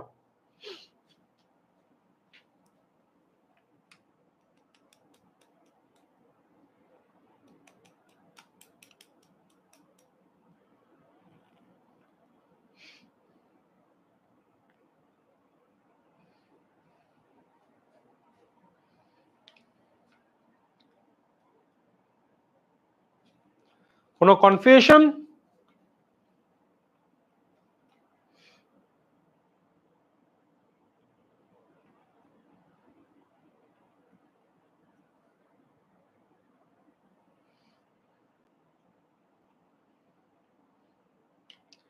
ক্লিয়ার? ওকে, ডান, বুঝলাম, গেল। প্রয়োজনীয় সূত্র, আমরা এবার কয়েকটা সূত্র দেখে নেব। দেখো, প্রেজেন্ট ভ্যালু যেহেতু আমাদের, আমরা জানি ভাই দুইটা ফর্মুলা আছে, একটা ভাগ হয় একটা গুণ হয়। ভাই কোনটা ভাগ হয় কোনটা গুণ হয় মাথায় থাকে না। Easy way is present value equal to future value divide by 1 plus I. যখন প্রেজেন্ট ভ্যালু যত কম, আমরা ভাগ করলে কমে যায়, গুণ করলে বেড়ে যায়। আমাদের ভ্যালু কম কোনটা বলো তো? প্রেজেন্ট ভ্যালুতে মানে আমাদের অ্যামাউন্ট কম, সো প্রেজেন্ট ভ্যালুর ক্ষেত্রে ভাগ করতে হবে। কি করতে হবে? ফিউচার ভ্যালুকে 1 plus I whole to the power N. So আমাদের 1 plus I whole to the power n, এই জিনিসটা আসলে আমাদের কাজ। সো আমরা প্রেজেন্ট ভ্যালু বের করতে গেলে future value divide by 1 plus I whole to the power N, আমাদের কিন্তু ফিউচার প্রেজেন্ট ভ্যালু বের হয়ে যাবে। একটা ম্যাথ করবো আমরা এখন এটা দিয়ে। আমাদের জনাব হাবিব আজ থেকে 2 বছর পরে 2 বছর পরে 1 লক্ষ টাকা প্রয়োজন। কি কি আছে ভাই? ওর 2 বছর পরে, সো 2 বছর এখানে এন, 1000 টাকা প্রয়োজন। 1000 কত? 2 বছর পরে ফিউচার ভ্যালু প্রয়োজন। সে যদি সোনালী ব্যাংকের সঞ্চয় হিসেবের উপরে 10% ইন্টারেস্ট, মানে কি আমাদের আয় সুদ প্রদান করে, তাহলে তাকে আজকে কত টাকা জমা দিতে হবে? তাহলে তাকে দেখো, কনফিউশন হতেই পারে ভাই এটা কি আজকে নাকি প্রেজেন্ট নাকি ফিউচার ভ্যালু ফর্মুলা পাবে। দেখো তাকে বলেছে তাকে আজকে কত টাকা জমা দিতে হবে। ভাই আজকের দিনে মানে প্রেজেন্ট ভ্যালু আমরা কি বের করতে পারবো নাকি বলো তো? আমার কাছে ক্যালকুলেটর নাই, সো আমি বের করবো না, তোমরা একটু বের করো তো এটা, দেখি তোমরা পারো কিনা। দ্রুত ম্যাথটা করে আমাকে কমেন্টে জানাতো যে ভাই এটার উত্তর কত।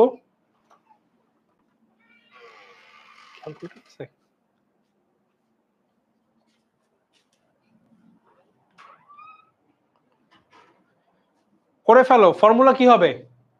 ফর্মুলা হচ্ছিল present value equal to future value into 1 plus I whole to the power N. আমরা কি মান পেয়েছি? পেয়েছি। ফিউচার ভ্যালু কত টাকা? ফিউচার ভ্যালু আমার লাগবে 1000। 1 প্লাস কত percent interest? 0.10 whole to the power 2।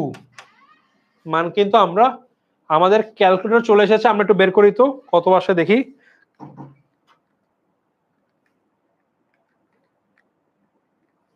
কত আসবে? কি রে ভাই তোমরা উত্তর দিচ্ছ না কেন? কাহিনী কি? কত হবে বলো তো? দ্রুত কমেন্টে জানাও একটু তোমাদের এটার উত্তর কত হবে। এই তোমরা কি ক্লাসে ঘুমাচ্ছ নাকি বলো তো? ভাইয়া যদি তোমরা ক্লাসে মনোযোগ না দাও তোমাদের কিন্তু কনসেপ্টগুলো ক্লিয়ার হবে না। আমরা ম্যাথগুলো করে ফেলি, আমরা সবগুলো ম্যাথ টাচ করে যাব, সো দ্যাট সাইদা সাইদা বলছে 826 এক্স্যাক্টলি 826.446281, আর আমরা 2 ঘর নিব 4 5। গেল, অ্যান্সার আমাদের বের হয়ে গেল। ওকে, করাই ছিল এখানে 426 টাকা। আমরা অলওয়েজ উত্তর লিখে টাকা লিখে দিতে কিন্তু ভুলবো না। আমার মনে আছে আমার এসএসসি কোনো একটা, আমি মানে স্কুলের ক্লাস 10 এর একটা পরীক্ষাতে আমাকে সিটি পরীক্ষায় 10-এ 20-এ আমাকে স্যার 19 দিল। আমি বললাম স্যার আমার খাতা একটা কোনো ভুল নাই, ফাইন্যান্স পরীক্ষায় কোনো ভুল নাই, আমি সব লিখছি। আপনার কেন এক কার্টন করে দেখো রাখেন, তোমার খাতা একদম 20-এ 20 পাবো আমি জানি। স্টিল যেহেতু সব ভালো মতন করছো, আরো ভালো করার জায়গা আছে। বললাম স্যার কোথায়? তো দেখো তুমি ওমন একটা, আমি একটা পিবিপি ম্যাথ ছিল, পে ব্যাক পিরিয়ড, পিবিপি দিয়ে তুমি লিখছো 3.5। 3.5 কি ডলার, টাকা, বছর, মাস নাকি ওয়াট? স্যার বছর। বলে আমি কিভাবে বুঝবো? বছর লিখতে হবে, কেটে দিছিল। সো ভুল করা যাবে না, উত্তরের পরে লিখে দিবা টাকা। গেল আমাদের এই পিটা।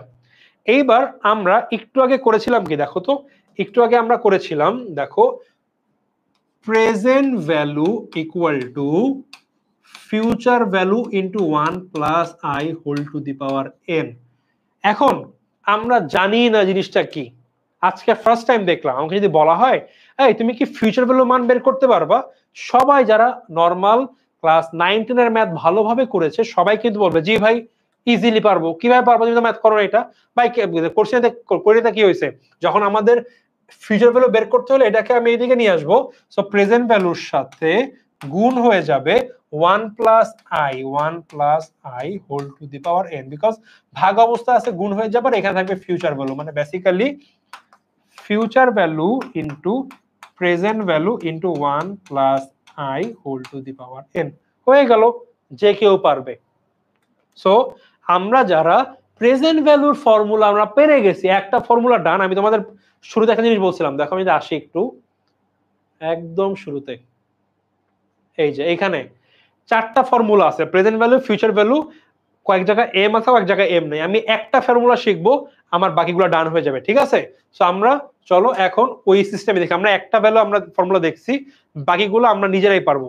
সো আমরা প্রেজেন্ট ভ্যালু, ফিউচার ভ্যালু, আমরা প্রেজেন্ট ভ্যালু বের করে ফেলতে পারলাম। আমাদের আগে এইটা ছিল, আমি আগে দেখি আমাদের এই মানটা ছিল এই নিচে ভাগ অবস্থায়। যেহেতু আমরা ফিউচার ভ্যালু বের করতে হবে, আমি গুণ করে সাইডে নিয়ে গেলাম, শেষ, আমার হয়ে গেল। একটা ম্যাথ দেখি।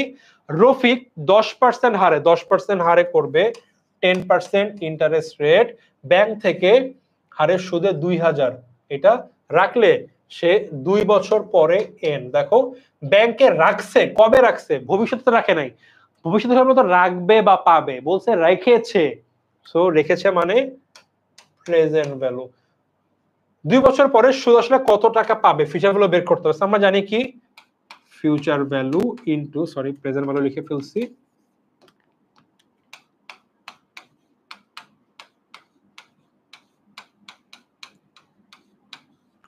কত আছে প্রেজেন্ট ভ্যালু 2000 ইনটু 1 প্লাস 0.10, কি করি ভাই, হোল টু দি পাওয়ার কত বছর, 2 বছর। কত হবে মান বের করে ফেলো।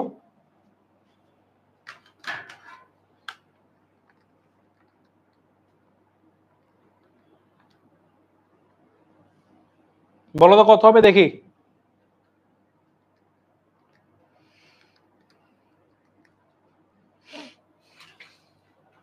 এক্স্যাক্টলি 2420 টাকা বের করে ফেলতে পারলাম। এখন অনেকে বলতেছে ভাই এই সব ম্যাথ তো আমরা এসএসসি লেভেলেও করছি, তাই না?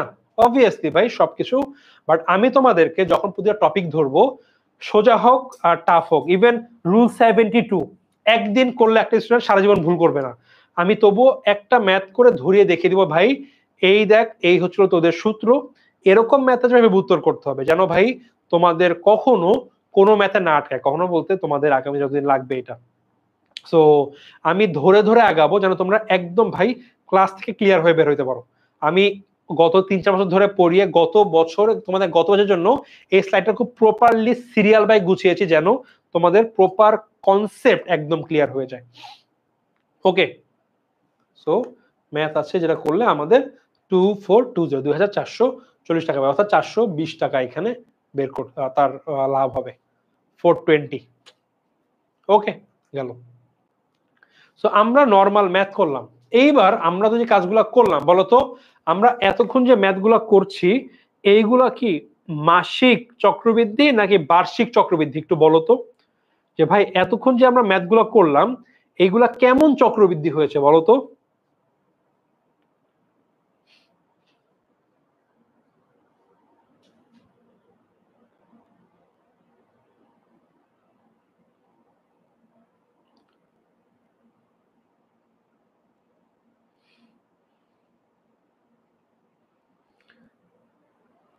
একজন বলছে ইউটিউবে, ভাইয়া আমি এইচএসসি 24 স্টুডেন্ট, কেমন আছেন? ওকে, আলহামদুলিল্লাহ ভাই, আমি ভালো আছি। তুমি কেমন আছো আপু? তোমার কেমন চলছে এখন দিনকাল? ইউনিভার্সিটিতে মনে হয় শুরু হয়েছে, কেমন লাগছে? সরি, তোমার শুরু হয় নাই, হবে, পড়তেছো। এই যে দেখো তোমাদের কিন্তু একটা বড় ব্যাচের আপু, যে আপু নাকি ভাইয়া পেইড ক্লাস নামে আছে, সো বুঝতে পারছি না আপু নাকি ভাইয়া, বাট এখন কিন্তু সে অ্যাডমিশন নিয়ে একদম উঠে পড়ে আছে। তোমাদেরও কিন্তু পরবর্তী বছর এই সময় তোমরা কিন্তু একটা অ্যাডমিশন ক্যান্ডিডেট থাকবে, 1 বছর হাতে সময় আছে। তো ভালো মতো এইচএসসি পড়ো, অ্যাডমিশনের বিষয় পড়ে নিয়ে যাও। ওকে, আমরা বার্ষিক চক্রবৃদ্ধি, এক্স্যাক্টলি আমরা এতক্ষণ দেখলাম বার্ষিক চক্রবৃদ্ধি, যেখানে আমাদের এম এর কিন্তু কোনোই কাহিনী ছিল না। এইবার আমাদের এম এর ক্যারফাটা লাগবে ভাই, এম আসবে। দেখো এম জিনিসটা কি? চক্রবৃদ্ধি। চক্রবৃদ্ধি কি ভাই? আমাদের বছরে কতবার টাকা গুণ হবে। মনে করো ভাই আমি বছর 10% দিলাম, এটা কি বছরে একবার করবো? হ্যাঁ ভাই আমি 100 টাকা এক বছরে দিব। ঠিক আছে, তাহলে কত হবে ভাই? 100 টাকায় তোমার এক বছরে হবে হচ্ছে 110 টাকা। গেল। পরে বললাম না ভাই আমি তোমাকে বছরে না, আমি তোমাকে 6 মাস অন্তর চক্রবৃদ্ধি দিব, মানে প্রথম 6 মাসে অর্ধেক 5% হবে, পরের 6 মাসে 5%। সো চক্রবৃদ্ধি হবে। সো এইটাকেই আমরা বলতেছি এম বা চক্রবৃদ্ধি। এখন আমাদের যদি এমন হয় এম এর মান কত হবে দেখো, সো বার্ষিক চক্রবৃদ্ধি বা 12 মাসে অন্তর 12 মাস অন্তর অন্তর অর্থাৎ বছরে একবার হবে, এতক্ষণ আমরা বার্ষিক চক্রবৃদ্ধি করেছি। তোমাকে প্রশ্ন বলা হয় ভাইয়া আমাদের অর্ধবার্ষিক চক্রবৃদ্ধি মানে বছরের মাঝখানে একবার হবে, তাহলে কি হবে ভাই? আমাদের তখন এম এর মান কিন্তু 2 হয়ে যাবে, কারণ বছরের মাঝখানে একবার শেষে একবার, এম এর মান 2। তোমাকে বললো ভাইয়া ত্রৈমাসিক চক্রবৃদ্ধি মানে কি? প্রতি 3 মাস অন্তর চক্রবৃদ্ধি, জানুয়ারি ফেব্রুয়ারি মার্চ এপ্রিল মে জুন জুলাই আগস্ট সেপ্টেম্বর অক্টোবর নভেম্বর ডিসেম্বর, কয়বার? 4 বার। এম এর মান হবে 4 বার। দ্বিমাসিক চক্রবৃদ্ধি ভাই প্রতি 2 মাস অন্তর হচ্ছে, জানুয়ারি ফেব্রুয়ারি মার্চ এপ্রিল মে জুন জুলাই আগস্ট সেপ্টেম্বর অক্টোবর নভেম্বর ডিসেম্বর, মোট 6 বার হলো। সো এম এর মান 6। ভাই মাসিক চক্রবৃদ্ধি প্রতি মান্থে একবার, বছরে 12 মাস 12 বার হবে। ভাই পাক্ষিক, পাক্ষিক মানে কত? প্রতি 15 দিনে এক পক্ষ, মানে আমার এম এর মান হবে 12 মাসে 24 পক্ষ। ভাই সাপ্তাহিক, বছরে কটা সপ্তাহ? এম এর মান 52। আর যদি বলে ভাই ডেইলি, বছরে 365 দিন, এম মানে 365। আমাদের যে চক্রবৃদ্ধি হতে পারে বিভিন্ন ভাবে, আমাদের ম্যাথে জেনারেলি কোনগুলো আসে বলি? বার্ষিক আসে, অর্ধবার্ষিক, ত্রৈমাসিক, মাসিক। জেনারেলি এই চারটা আসে। দ্বিমাসিক ও মাসের মধ্যে সাধারণত দৈনিক, সাপ্তাহিক বা পাক্ষিক ইন জেনারেলি দেয় না। দিলে কারো কিছু করার নেই, তোমরা জানো জাস্ট এম এর জায়গায় ভ্যালু বসাবা, উত্তর খেড়াখাট বেড়ে যাবে, শেষ। গেল। এইটা আমি কেন দেখালাম? বিকজ আমরা এখন ফর্মুলায় কিন্তু এম এর ইফেক্ট দেখিনি, এবার আমরা এম এর ইফেক্ট দেখবো। এম এর ইফেক্টে কি হবে জানো? আমি ফর্মুলা চলে আসি। প্রেজেন্ট ভ্যালুর ক্ষেত্রে এম এর মান হচ্ছিল, এম মানে এম একটা ম্যাথে আসা মানে আই এর নিচে আসবে, এন এর সাথে গুণ হবে। এম মুরগির এম, মুরগির এন মানে আই এর নিচে ভাগ হবে, এন এর সাথে গুণ হবে, যত জায়গায় আছে। এটা একটু ক্লিয়ার করে ফেলো। এম আসা মানে একটা ম্যাথের মধ্যে আই এর নিচে আসবে, এন এর সাথে আসবে। দেখো এই ম্যাথটা কি আছে? Present value equal to future value 1 plus কি বললাম? আই এর নিচে আসবে আই বাই এম, এন এর সাথে আসবে এন ইনটু এম। সো আমার গুণ হয়ে যাবে। আসলো? আসলো। ফিউচার ভ্যালুর ক্ষেত্রে কি হবে? আমার ফিউচার ভ্যালু কি ছিল? Future value equal to present value into 1 plus কি হবে? আই এর নিচে আসবে আই এর নিচে এম, এন এর সাথে এম গুণ হবে। সো আমার এম আসা মানে চক্রবৃদ্ধি হওয়া মানে আই এর নিচে এম এর সাথে। সো গেল। আমি আর ফর্মুলা এখন দেখাচ্ছি নতুন করে, আমি একটা ম্যাথ দেখি। দেখো মনে করো আশিক আজকে একটি ব্যাংকের সঞ্চয় হিসাবে শতকরা 10% হারে, ইন্টারেস্ট রেট হারে সুদে 10,000 টাকা রেখেছে। কবে রেখেছে? আজকে, মানে এইটা হচ্ছিল আমার প্রেজেন্ট ভ্যালু। আশিক সঞ্চয় হিসাবে 5 বছর পরে, 5 বছর হচ্ছিল এন, পর মোট কত টাকা জমা হবে? যদি সুদ চক্রবৃদ্ধিকরণ হয় অর্ধবার্ষিক, ত্রৈমাসিক, দ্বিমাসিক, মাসিক, সাপ্তাহিক, দৈনিক ও অবিরত। সো অবিরত আমরা এখন লাস্টে দেখে নিব, আমরা অবিরতকে এটা চলতেই থাকবে। যে আমরা বলি কি হবে? অর্ধবার্ষিকের ক্ষেত্রে এম এর মান কত হবে ভাই? তো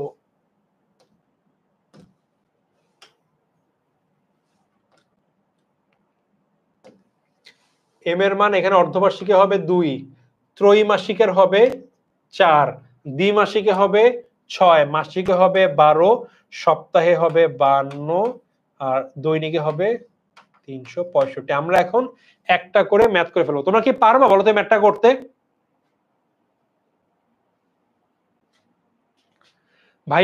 ভাইয়া একটা এর জন্য 150টা প্রশ্ন সমাধান করা কি ঠিক হবে, মানে প্রস্তুতি কমপ্লিট হবে কিনা? এটা করেছিল সুজন আহমেদ। ভাইয়া ভালো একটা প্রশ্ন করেছো। সো হ্যাঁ হবে, বাট তুমি কিভাবে সমাধান করতেছো এটা ডিপেন্ড করে। তুমি 150 প্রশ্ন কিন্তু হাজিরাই করতে পারবা না। তাহলে এক অধ্যায় যদি 150 প্রশ্ন হয়, আমার ফাইন্যান্সে চ্যাপ্টার আছে ফার্স্ট পেপারে 5টা, সো 5 150 কত বলো তো? 4×5 5×100 750। 750 তুমি প্রশ্ন কভার করা লিখে তো অনেক সময় লাগবে। চ্যাপ্টারটা পড়তে হবে, আমি পড়িয়ে দিচ্ছি, বাসায় একবার পড়বা, ডান হয়ে যাবে। এরপরে what you will do is test paper নিবা, চ্যাপ্টার ধরে সৃজনশীল দেখা শুরু করবে। একটা ম্যাথ পাইলা, সৃজনশীল দেখে খাতায় রাফলি কোনো মতো শর্টকাটে করলো, উত্তর মিলছে মিলছে, পরের প্রশ্ন গেলা ম্যাথ করলাম, উত্তর মিলছে মিলছে, 3 নম্বর প্রশ্ন দেখলাম ভাই 3 নম্বর প্রশ্ন প্রথম প্রশ্ন সেম, একই প্যাটার্নের, শুধু নাম ভিন্ন। হয়তো বা এখানে আছে আশিকের বদলে জব্বার, ওইখানে কোন ব্যাংকের অন্য সঞ্চয় হিসাবের বদলে আছে অন্য একটা হিসাব, 5 বছর বদলে 6 বছর, খালি মান ভিন্ন, বাকি সব সেম। ম্যাথ করা লাগবে? লাগবে না, পরের প্রশ্নে চলে যাও। এইভাবে করে করে চোখ বিলাও, দেখবা একদিনে তুমি 200 250 300 প্রশ্ন কভার হয়ে যাচ্ছে। এইভাবে করলে গুড এনাফ, তোমাদের কোনো প্রশ্ন মিস হয়ে যাচ্ছে, মানে কোনো ধরনের প্রশ্ন তোমাদের মিস হবে না। বুঝতে পেরেছো? ওকে। আচ্ছা নুসরাত মুমু বলছে ভাইয়া আমি ম্যাথটা বুঝি নাই। ভাইয়া এই ম্যাথে দেখো, এখানে কোন একটা বেসিক্যালি একটা সিঙ্গেল ম্যাথ না। প্রথমে বলেছে ভাই কেউ 10% ইন্টারেস্টে বর্তমানে 1000 টাকা রাখবে, 5 বছর পরে কত টাকা হবে? যদি চক্রবৃদ্ধি একবার অর্ধবার্ষিকী হয়, ত্রৈমাসিক হয়, দ্বিমাসিক হয়, মাসিক হয়, আমরা জাস্ট দেখবো, এটা কোনো ম্যাথ না। ম্যাথ হলে শুধু বলতো অর্ধবার্ষিক সুদ, তাহলে একটা হইতো, আমরা প্রতিটা দেখবো। সো দেখো আমার ফর্মুলা কি হবে, প্রেজেন্ট ভ্যালু আছে, আমার ফিউচার ভ্যালু বের করতে হবে। ফিউচার ভ্যালু ইকুয়াল টু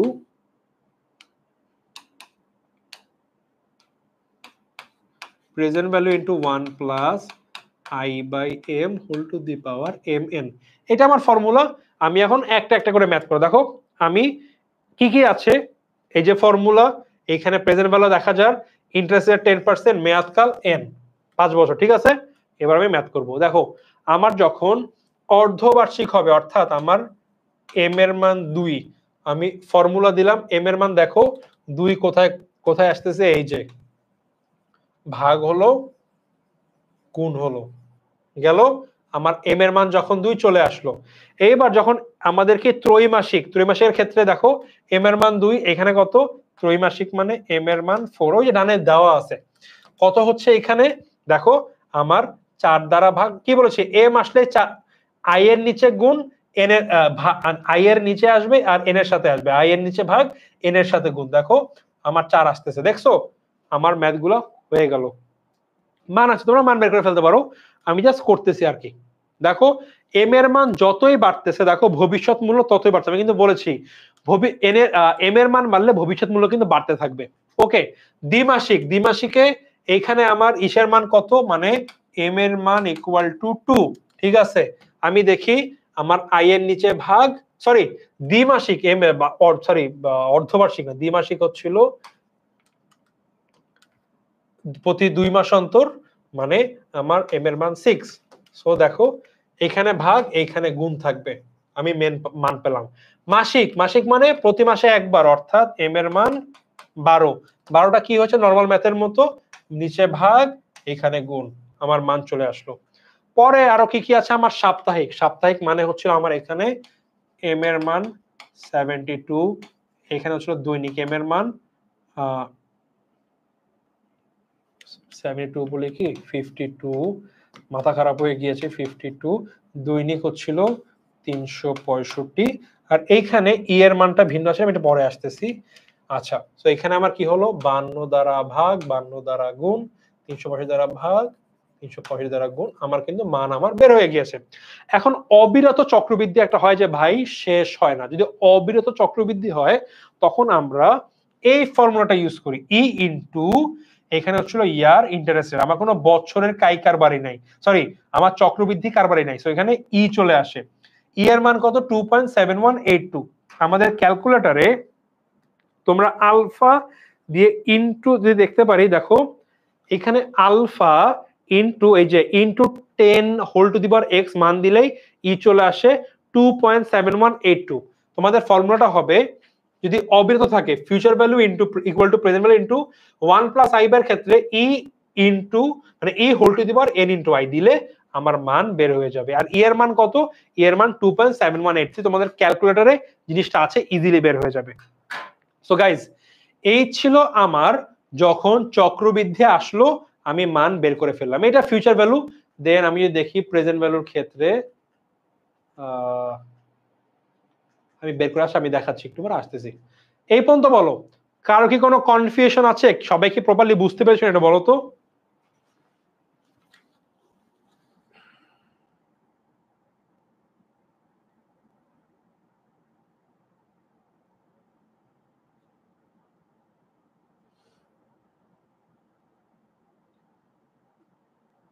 একটু বলো কারো কোনো কনফিউশন আছে কিনা।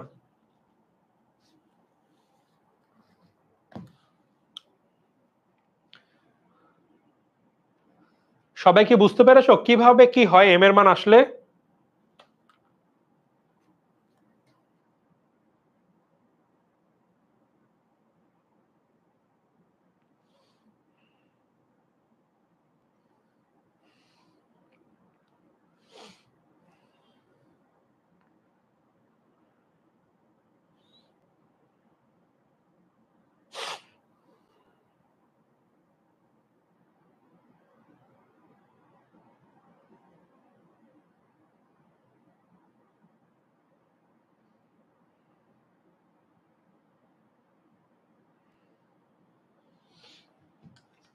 ক্লিয়ার?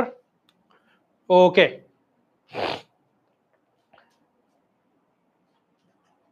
আচ্ছা এইবার আমরা যেটা ম্যাথ করি, দেখো 5 বছর পর 40,000 টাকা পাওয়ার আছে, তুমি বর্তমানে কিছু টাকা ব্যাংকে রাখলা, অর্থাৎ 5 বছর পরে 40,000 টাকা পাচ্ছ। আমরা এখন কি করলাম বলো তো? আমরা কিন্তু এতক্ষণে ফিউচার ভ্যালু বের করেছি, এবার আমরা প্রেজেন্ট ভ্যালুতে লাভ দিয়ে চলে আসলাম। সো 5 বছর পরে আমার টাকা লাগবে, আচ্ছা n ইকুয়াল টু কত 5, 5 বছর পরে 40 মানে আমার ফিউচার ভ্যালু ইকুয়াল টু 40,000 পাওয়ার আশা। বর্তমানে তুমি কিছু টাকা জমিয়ে ব্যাংকে রাখতে চাও, সোনালী ব্যাংক তোমাকে বার্ষিক 10% দিবে। আচ্ছা, সো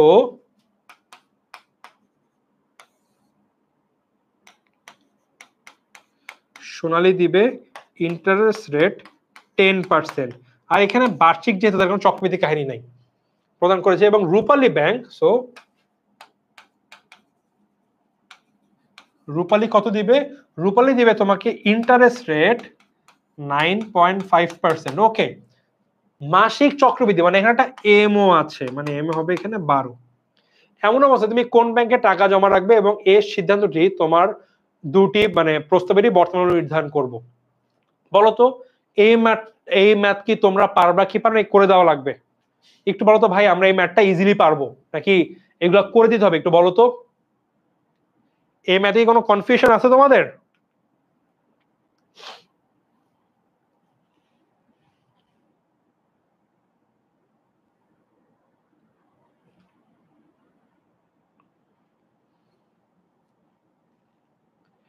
আমরা ইউটিউবে কমেন্ট সেকশনে ক্লাসের বাইরের কথা বলছি অনেক বেশি, ভাই আমরা প্লিজ এই কাজটা করবো না, আমরা একটু ক্লাসে মনোযোগী হই।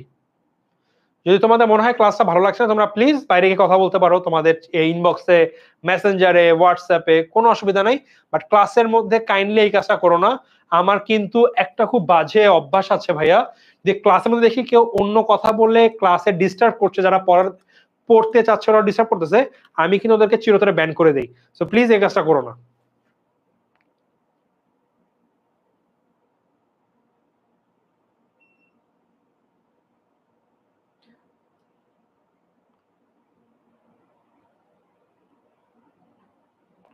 জাহাঙ্গীর আলম, দেন খাদিজা, প্লিজ তোমরা অন্য ব্যাপারে কথা বলো না। আরে অলরেডি উত্তরও করে ফেলেছো, দেখো আমাদের ম্যাথ আছে, দেখো কি কি বলেছে আমাদের।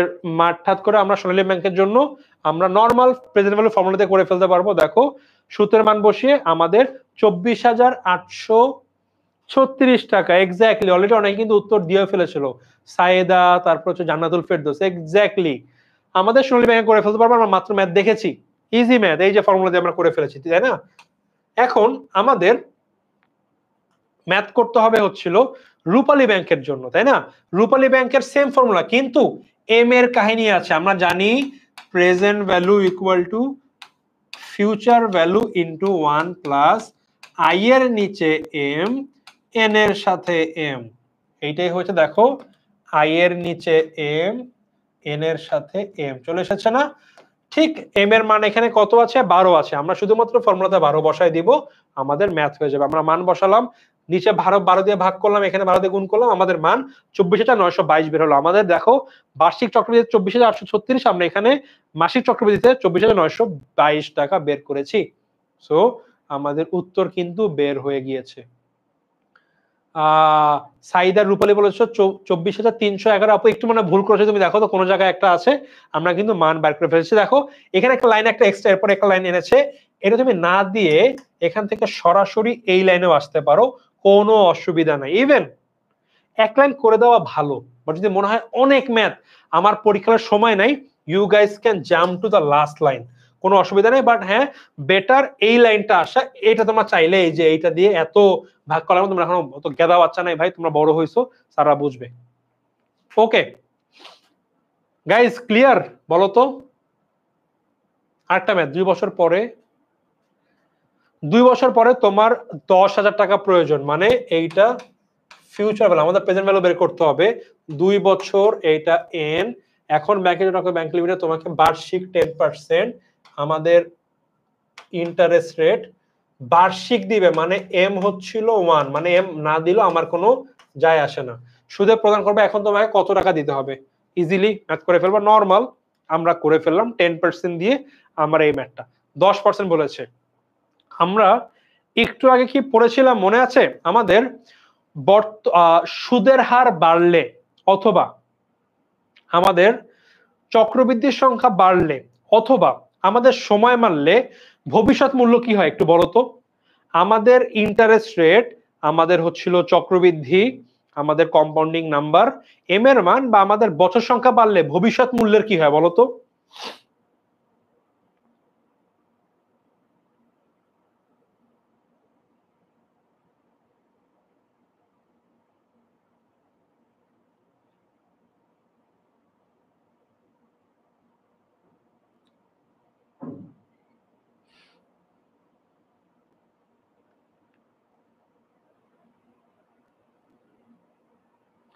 বলো তো ভবিষ্যৎ মূল্য কি হয় যখন এই সংখ্যা বাড়তে থাকে এগুলোর?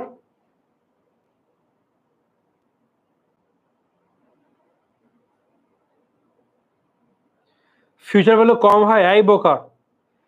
এগুলা বাড়লে কি হয়? ইন্টারেস্ট রেট, সময় এবং চক্রবৃদ্ধি সংখ্যা বাড়লে কি হয় বলতো?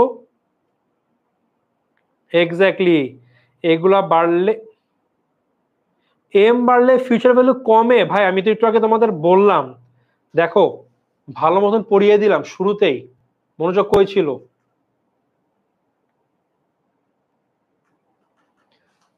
যখন সুদ বাড়ে, আমার সুদ বাড়লে আমার ফিউচার ভ্যালু বেড়ে যায়, ধনাত্মক সম্পর্ক।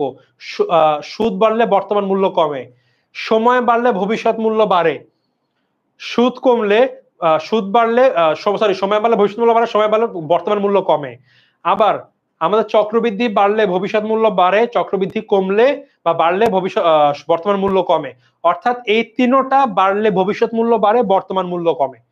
আমরা এখন এই ম্যাথগুলাই দেখব কিভাবে ইম্প্যাক্ট পড়ে। দেখো আমি একটা মাত্র ম্যাথ করলাম, যেখানে আমার প্রেজেন্ট ভ্যালু বের করতে হবে। সো প্রেজেন্ট ভ্যালুতে আমি যখন ম্যাথটা করলাম, এটা বেসিক্যালি গুণ হবে, নিচে চলে আসছে। আমার 10% ইন্টারেস্টে আমি দেখলাম আমার 82,000 টাকা আসতেছে। আমি ইন্টারেস্টটা বাড়ায় আমি করলাম হচ্ছিল 12%। যখন 12% করলাম ইন্টারেস্ট রেট, আমার প্রেজেন্ট ভ্যালু কিন্তু দেখো আরো কমে গেল। ইন্টারেস্ট রেট বাড়তেছে মানে ভবিষ্যৎ মূল্য বাড়ে, বর্তমান মূল্য কমে। আমি ইন্টারেস্ট রেট আরো বাড়াই দিলাম 15%, কি হলো? আমার বর্তমান মূল্য আরো কমে গেল। অর্থাৎ দেখো যখন আমি ইন্টারেস্ট রেট বাড়াচ্ছি আমার বর্তমান মূল্য কমে গিয়েছে। অর্থাৎ আই, কে বা বাট্টার হার বৃদ্ধির সাথে সাথে ভবিষ্যতে প্রাপ্ত অর্থের বর্তমান মূল্য সবসময় হ্রাস পাবে। সেম ম্যাথ আমি কি করব দেখো, আমি এইবার সময় 2 বছর রাখলাম, 82,644, ঠিক আছে। আমি সময় বাড়াই দিলাম, দেখো বর্তমান মূল্য কমে যাচ্ছে। আমি আরো সময় বাড়াই দিলাম, দেখো এন এর মান 4 করলাম, বর্তমান মূল্য কমে যাচ্ছে।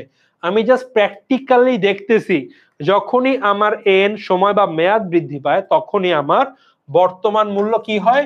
হ্রাস পায়, এবং ভবিষ্যৎ মূল্য করলেও বেড়ে যেত। একইভাবে আমি এবার এম এর মানটা আনলাম, এখানে ছিল M1, অর্থাৎ বার্ষিক চক্রবৃদ্ধি একটা আসলো। যখনই আমার এম এর মান বেড়ে যাচ্ছে, এম এর মান বাড়লে আমার কিন্তু দেখো ভবিষ্যৎ বর্তমান মূল্য আরো কমে যাচ্ছে। আমি এম এর মান আরো বাড়াই দিলাম, আমার বর্তমান মূল্য আরো কমে গেল। অর্থাৎ এম এ বাড়ার সাথে সাথে মানে চক্রবৃদ্ধি সংখ্যা বৃদ্ধির সাথে সাথে বর্তমান মূল্য সবসময় কি হয়, হ্রাস পেতে থাকে। অর্থাৎ আই এবং এম এবং এন এইগুলা বাড়লে আমার ফিউচার ভ্যালু বাড়বে, এগুলা বাড়লে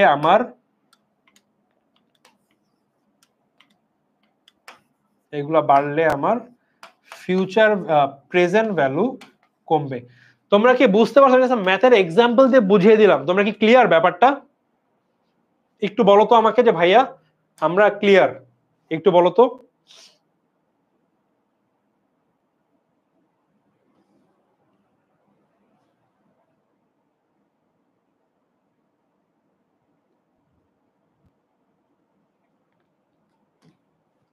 ক্লিয়ার? একটু কমেন্টে বলে ফেলো। ওকে, আমরা এখন দেখলাম বর্তমান মূল্যের সাথে সেম জিনিস ফাহিম যমুনা ব্যাংকে বার্ষিক 10% সুদে 10,000 টাকা স্থায়ী আমানত হিসাবে জমা করলো। 3 বছর পরে কত টাকা পাবে আমাদের ছিল ফিউচার ভ্যালু বের করতে হবে। সো ফিউচার ভ্যালু বের করার সময় আমি সেম দেখবো, বসাই দিলাম মান ভাই, আমার ফিউচার ভ্যালু বের হয়ে গেল। আমার ইন্টারেস্ট কত 10%, বাট যদি আমার ইন্টারেস্ট আরো বেড়ে যায় 12% হয়, দেখো আমার ফিউচার ভ্যালু 1,33,000 থেকে 1,40,000 হয়ে গেল। আমি ইন্টারেস্ট আরো বাড়িয়ে দিলাম 1,15% করলাম, দেখো আমার কিন্তু ফিউচার ভ্যালু আরো বেড়ে যায়। অর্থাৎ আমার আই বা কে বৃদ্ধির সাথে সাথে ভবিষ্যৎ মূল্য বৃদ্ধি পায়। আমি সেম জিনিস দেখবো এখন ভবিষ্যৎ মূল্যের জন্য, আমার ইন্টারেস্ট রেট বেড়ে গেলে ভবিষ্যৎ মূল্য বেড়ে যায়। এন 3 বছর আমি বের করলাম, এন এর মান বাড়িয়ে দিলাম, কি হবে ভবিষ্যৎ মূল্য বেড়ে যাবে। 4 বছরে আর ভবিষ্যৎ মূল্য বেশি, আমি এন এর মান আরো বেরিয়ে দিলাম, দেখো বাড়িয়ে দিলাম, কি হবে আমার ভবিষ্যৎ মূল্য আরো বেশি হবে। সো বেসিক্যালি এইভাবে সময় বৃদ্ধির সাথে সাথে ভবিষ্যৎ মূল্য বৃদ্ধি পেতে থাকবে। বুঝেছো? আশা করি বুঝতে পেরেছো। এম এর ক্ষেত্রে সেম, M1 আছে আমার, দেখো 1,33,000, আমি এম এর মান বাড়িয়ে আমি আসলে কি ত্রৈমাসিক করলাম, আমার ভবিষ্যৎ মূল্য বেড়ে গেল। আমি এম এর মান বাড়িয়ে মাসিক করে দিলাম, ভবিষ্যৎ মূল্য আরো বেড়ে গেল। কি হবে, আমার এম বাড়ার সাথে সাথে আমার ভবিষ্যৎ মূল্য বৃদ্ধি পেতে থাকবে। সবাই কি ক্লিয়ার? একটু কমেন্টে জানিয়ে দাও যে ভাইয়া আমরা সবাই ক্লিয়ার হয়েছি। বলো তো ক্লিয়ার কিনা সবাই? আমাদের এই পর্যন্ত হয়ে গেলে আজকে আমাদের দেখো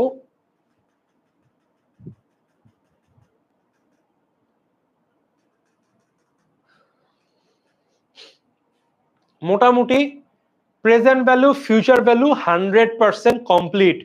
আজকের ক্লাসটা আমি এরপরে একটা সৃজনশীল তোমাদের দেখাবো, একটা সৃজনশীল, এন্ড দেন তোমাদেরকে আমি কিছু এমসিকিউ দিব, করলে প্রেজেন্ট ভ্যালু এবং ফিউচার ভ্যালুর যে ফান্ডাটা আছে যেখান থেকে মাস তুমি একটা গ বা ঘ অথবা একটা এন্টায়ার সৃজনশীল পাবা। অর্থাৎ ধরে নাও তুমি 7 নাম্বার পাবা, তোমার 100% কমপ্লিট ভাই, কোথাও কখনো আটকাবে না।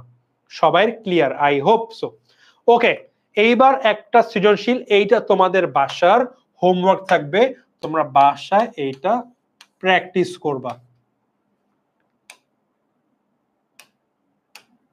আরে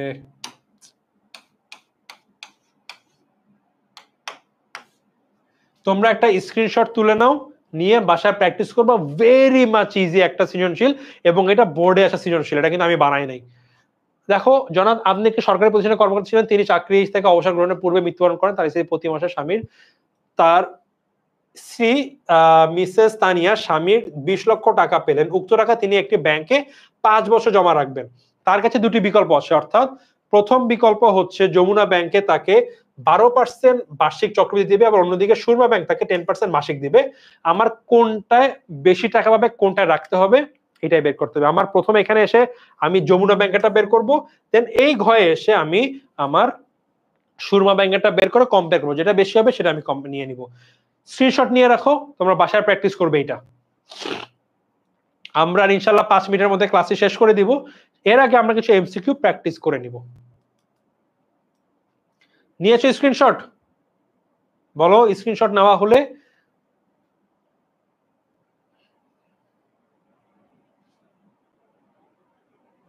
নিয়েছো আই থিঙ্ক, তোমাদের স্ক্রিনশট নেওয়া ডান। ওকে, এইবার আমরা কয়েকটা এমসিকিউ দেখব, দেখে আজকের জন্য আমরা আমাদের ক্লাস শেষ করে দিব। অলমোস্ট আমাদের 10টা এমসিকিউ খুব দ্রুত দ্রুত দেখব। প্রথম এমসিকিউ কি হবে দেখো, অর্থে দেখো তোমরা কিন্তু দেখবা সবগুলা বোর্ডের প্রশ্ন। 4 নাম্বার প্রশ্ন, অর্থের ভবিষ্যৎ মূল্য নির্ণয় করার প্রক্রিয়াকে কি বলে? 4 দিয়ে উত্তর লিখবা, যে ভাই 4 দিয়ে ডান।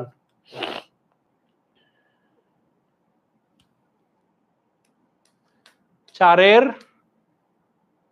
নাহিদা ইয়াসমিন একটা বলেছো, ওকে। তাড়াতাড়ি ফেসবুক থেকে এন্ড ইউটিউব থেকে যারা যারা ক্লাস করে সবাই উত্তর দাও। এক না ভাইয়া, এটা 4 হবে, তাহলে আমার বুঝতে সুবিধা হবে আর কি। 4-এর কত? দেন উত্তর করছে ইসরাত মিম, উত্তর করছে Iqbal Mahmud. The right answer is Saida করছে এক্স্যাক্টলি। ভবিষ্যৎ মূল্যকে বলা হয় চক্রবৃদ্ধিকরণ পদ্ধতি, বর্তমান মূল্যকে বলা হয় বাট্টাকরণ পদ্ধতি। পরের প্রশ্ন সেম, ঢাকা বোর্ড 22-এ আসছে, এটা ঢাকা বোর্ড 21, রাজশাহী বোর্ড 21, একই বছর 2 বোর্ডে প্রশ্ন আসছে এবং এরপর থেকে হাজারবারই প্রশ্ন আসছে। এটা বর্তমান মূল্য নির্ণয় করার প্রক্রিয়াকে কি বলে? তাড়াতাড়ি 5-এর উত্তর কি হবে? দ্রুত বলবো, যত দ্রুত উত্তর দিব তত দ্রুত তোমাদের ছুটি হবে আজকে।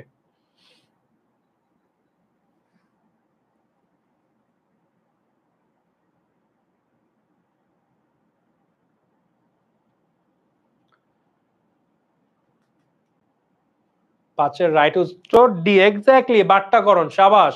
পরের প্রশ্ন, ঢাকা বোর্ড রাজশাহী বোর্ডে আসা, ত্রৈমাসিক চক্রবৃদ্ধি গণনার ক্ষেত্রে চক্রবৃদ্ধি সংখ্যা কত হবে? ত্রৈমাসিক ভাই 3 মাস অন্তর, কি দেখো তো, জানুয়ারি, ফেব্রুয়ারি, মার্চ, এপ্রিল, মে, জুন, জুলাই, আগস্ট, সেপ্টেম্বর, অক্টোবর, নভেম্বর, ডিসেম্বর। 1, 2, 3, 4, অর্থাৎ এম এর মান হবে এখানে 4। Right answer is C. হয়ে গেল, রাইট অ্যান্সার হবে সি, 4, ইজি। পরের প্রশ্ন, দ্বিমাসিক চক্রবৃদ্ধির ক্ষেত্রে এম এর মান কি হবে? দ্বিমাসিক মানে প্রতি 2 মাস অন্তর হয়েছে, বলতো কি হবে দ্বিমাসিকের ক্ষেত্রে? 7-এর উত্তর কত? ঢাকা বোর্ড 2019 সালের প্রশ্ন এটা, দ্রুত বলে ফেলো দেখি কতদূর পারছো।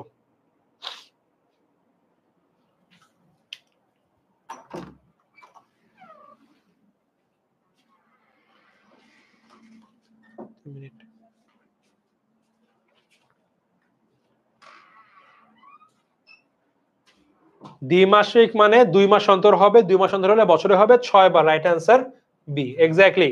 বরিশাল বোর্ড 19, যশোর বোর্ড 17, চক্রবৃদ্ধি ও বাট্টাকরণের মধ্যে সম্পর্ক হচ্ছে কেমন? বিপরীতমুখী, সমমুখী, সমানুপাতিক, নিরপেক্ষ। নিরপেক্ষ কেমন হবে বলতো সম্পর্ক এদের মধ্যে?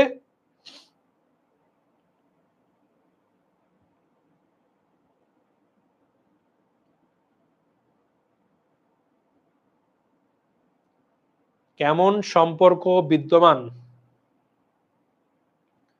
এক্স্যাক্টলি বিপরীতমুখী। রাইট অ্যান্সার বিপরীতমুখী, কজ চক্রবৃদ্ধি মানে ভবিষ্যৎ, বাট্টাকরণ মানে বর্তমান, একটা বাড়লে একটা কমে, আমি সবাই দেখেছি। ওকে, যে কোনো নগদ প্রবাহের বর্তমান মূল্য নির্ণয় করতে কোনটি প্রয়োজন হয়? ওকে, যে কোনো নগদ প্রবাহের বর্তমান মূল্য নির্ণয় করতে কোনটি প্রয়োজন হয় বলতো? আমি বর্তমান মূল্য নির্ণয় করব, প্রেজেন্ট ভ্যালু নির্ণয় করব। এইটা করতে গেলে এই 4টার মধ্যে কোনটা আমাকে লাগবেই লাগবে বলতো? 9-এর উত্তর কি হবে? নাহিদাই বলছো একটা ভুল আপু, মিম রাইট উত্তর দিয়েছো, এক্স্যাক্টলি। রুস্তম রাইট উত্তর দিয়েছো, সাব্বাস। দেখো আমার নিট মুনাফা লাগে? লাগে না। আমার নিট বর্তমান লাগে? এটা তো না লাগে। লাগে না, বার্ষিক ব্যয় লাগে, লাগে না, কি লাগে, বাট্টার হার লাগে, ইন্টারেস্ট রেট লাগে, না হলে আমি প্রেজেন্ট ভ্যালু ফর্মুলা তো আমি অ্যাপ্লাই করতে পারবো না। রাইট উত্তর বাট্টার হার। একটু দেখো কেমন লাগছিল প্রথমে, বাট চিন্তা করলে অ্যান্সার খুবই ইজি বের হয়ে গেল। লাস্ট প্রশ্ন আজকের, ভবিষ্যৎ মূল্য নির্ণয় করার প্রক্রিয়াকে কি বলে? এইটা দেখো আমি একটু আগে দেখেছিলাম, দেখো ভবিষ্যৎ মূল্যকে ঢাকা বোর্ডে 22 এসেছে, সেম প্রশ্ন হতো তাই না, ঢাকা বোর্ড 22, 19, 16 একই প্রশ্ন, একই ঢাকা বোর্ড 22 সালে, 19 সালে, 16 সালে, আরো ঘাটলে আরো অনেকবার পাওয়া যাবে। রাইট উত্তর চক্রবৃদ্ধিকরণ। এরপরে আমাদের নগদ প্রবাহের ধরন আছে, আমরা এইগুলো আজকে কভার করতে পারবো না। সো একটু বলো তোমাদের ওভারঅল ক্লাসটা কেমন লাগলো, আজকের ক্লাসটা আমরা এখানেই শেষ করব। একটু আমাকে বলে দাও, আমরা 1 মিনিটের মধ্যে ক্লাস শেষ করে ফেলবো। একটু বলো ভাইয়া আমার পড়ানো কেমন লাগলো, যেভাবে পড়িয়েছি আমি যদি বাকি চ্যাপ্টারগুলো ধরে তোমাদের দেখিয়ে দিই, একটা ম্যাথের সিস্টেম এবং ম্যাথের এক্সাম্পল, তোমাদের এই চ্যাপ্টার দিয়ে কি আটকানোর কোনো জায়গা আছে? একটু আমাকে কমেন্টে বলো তো, এবং বলো আমাদের কোর্সটা কেমন, আমাদের ক্লাসটা কেমন লাগলো, একটু আমাকে জানিয়ে দাও।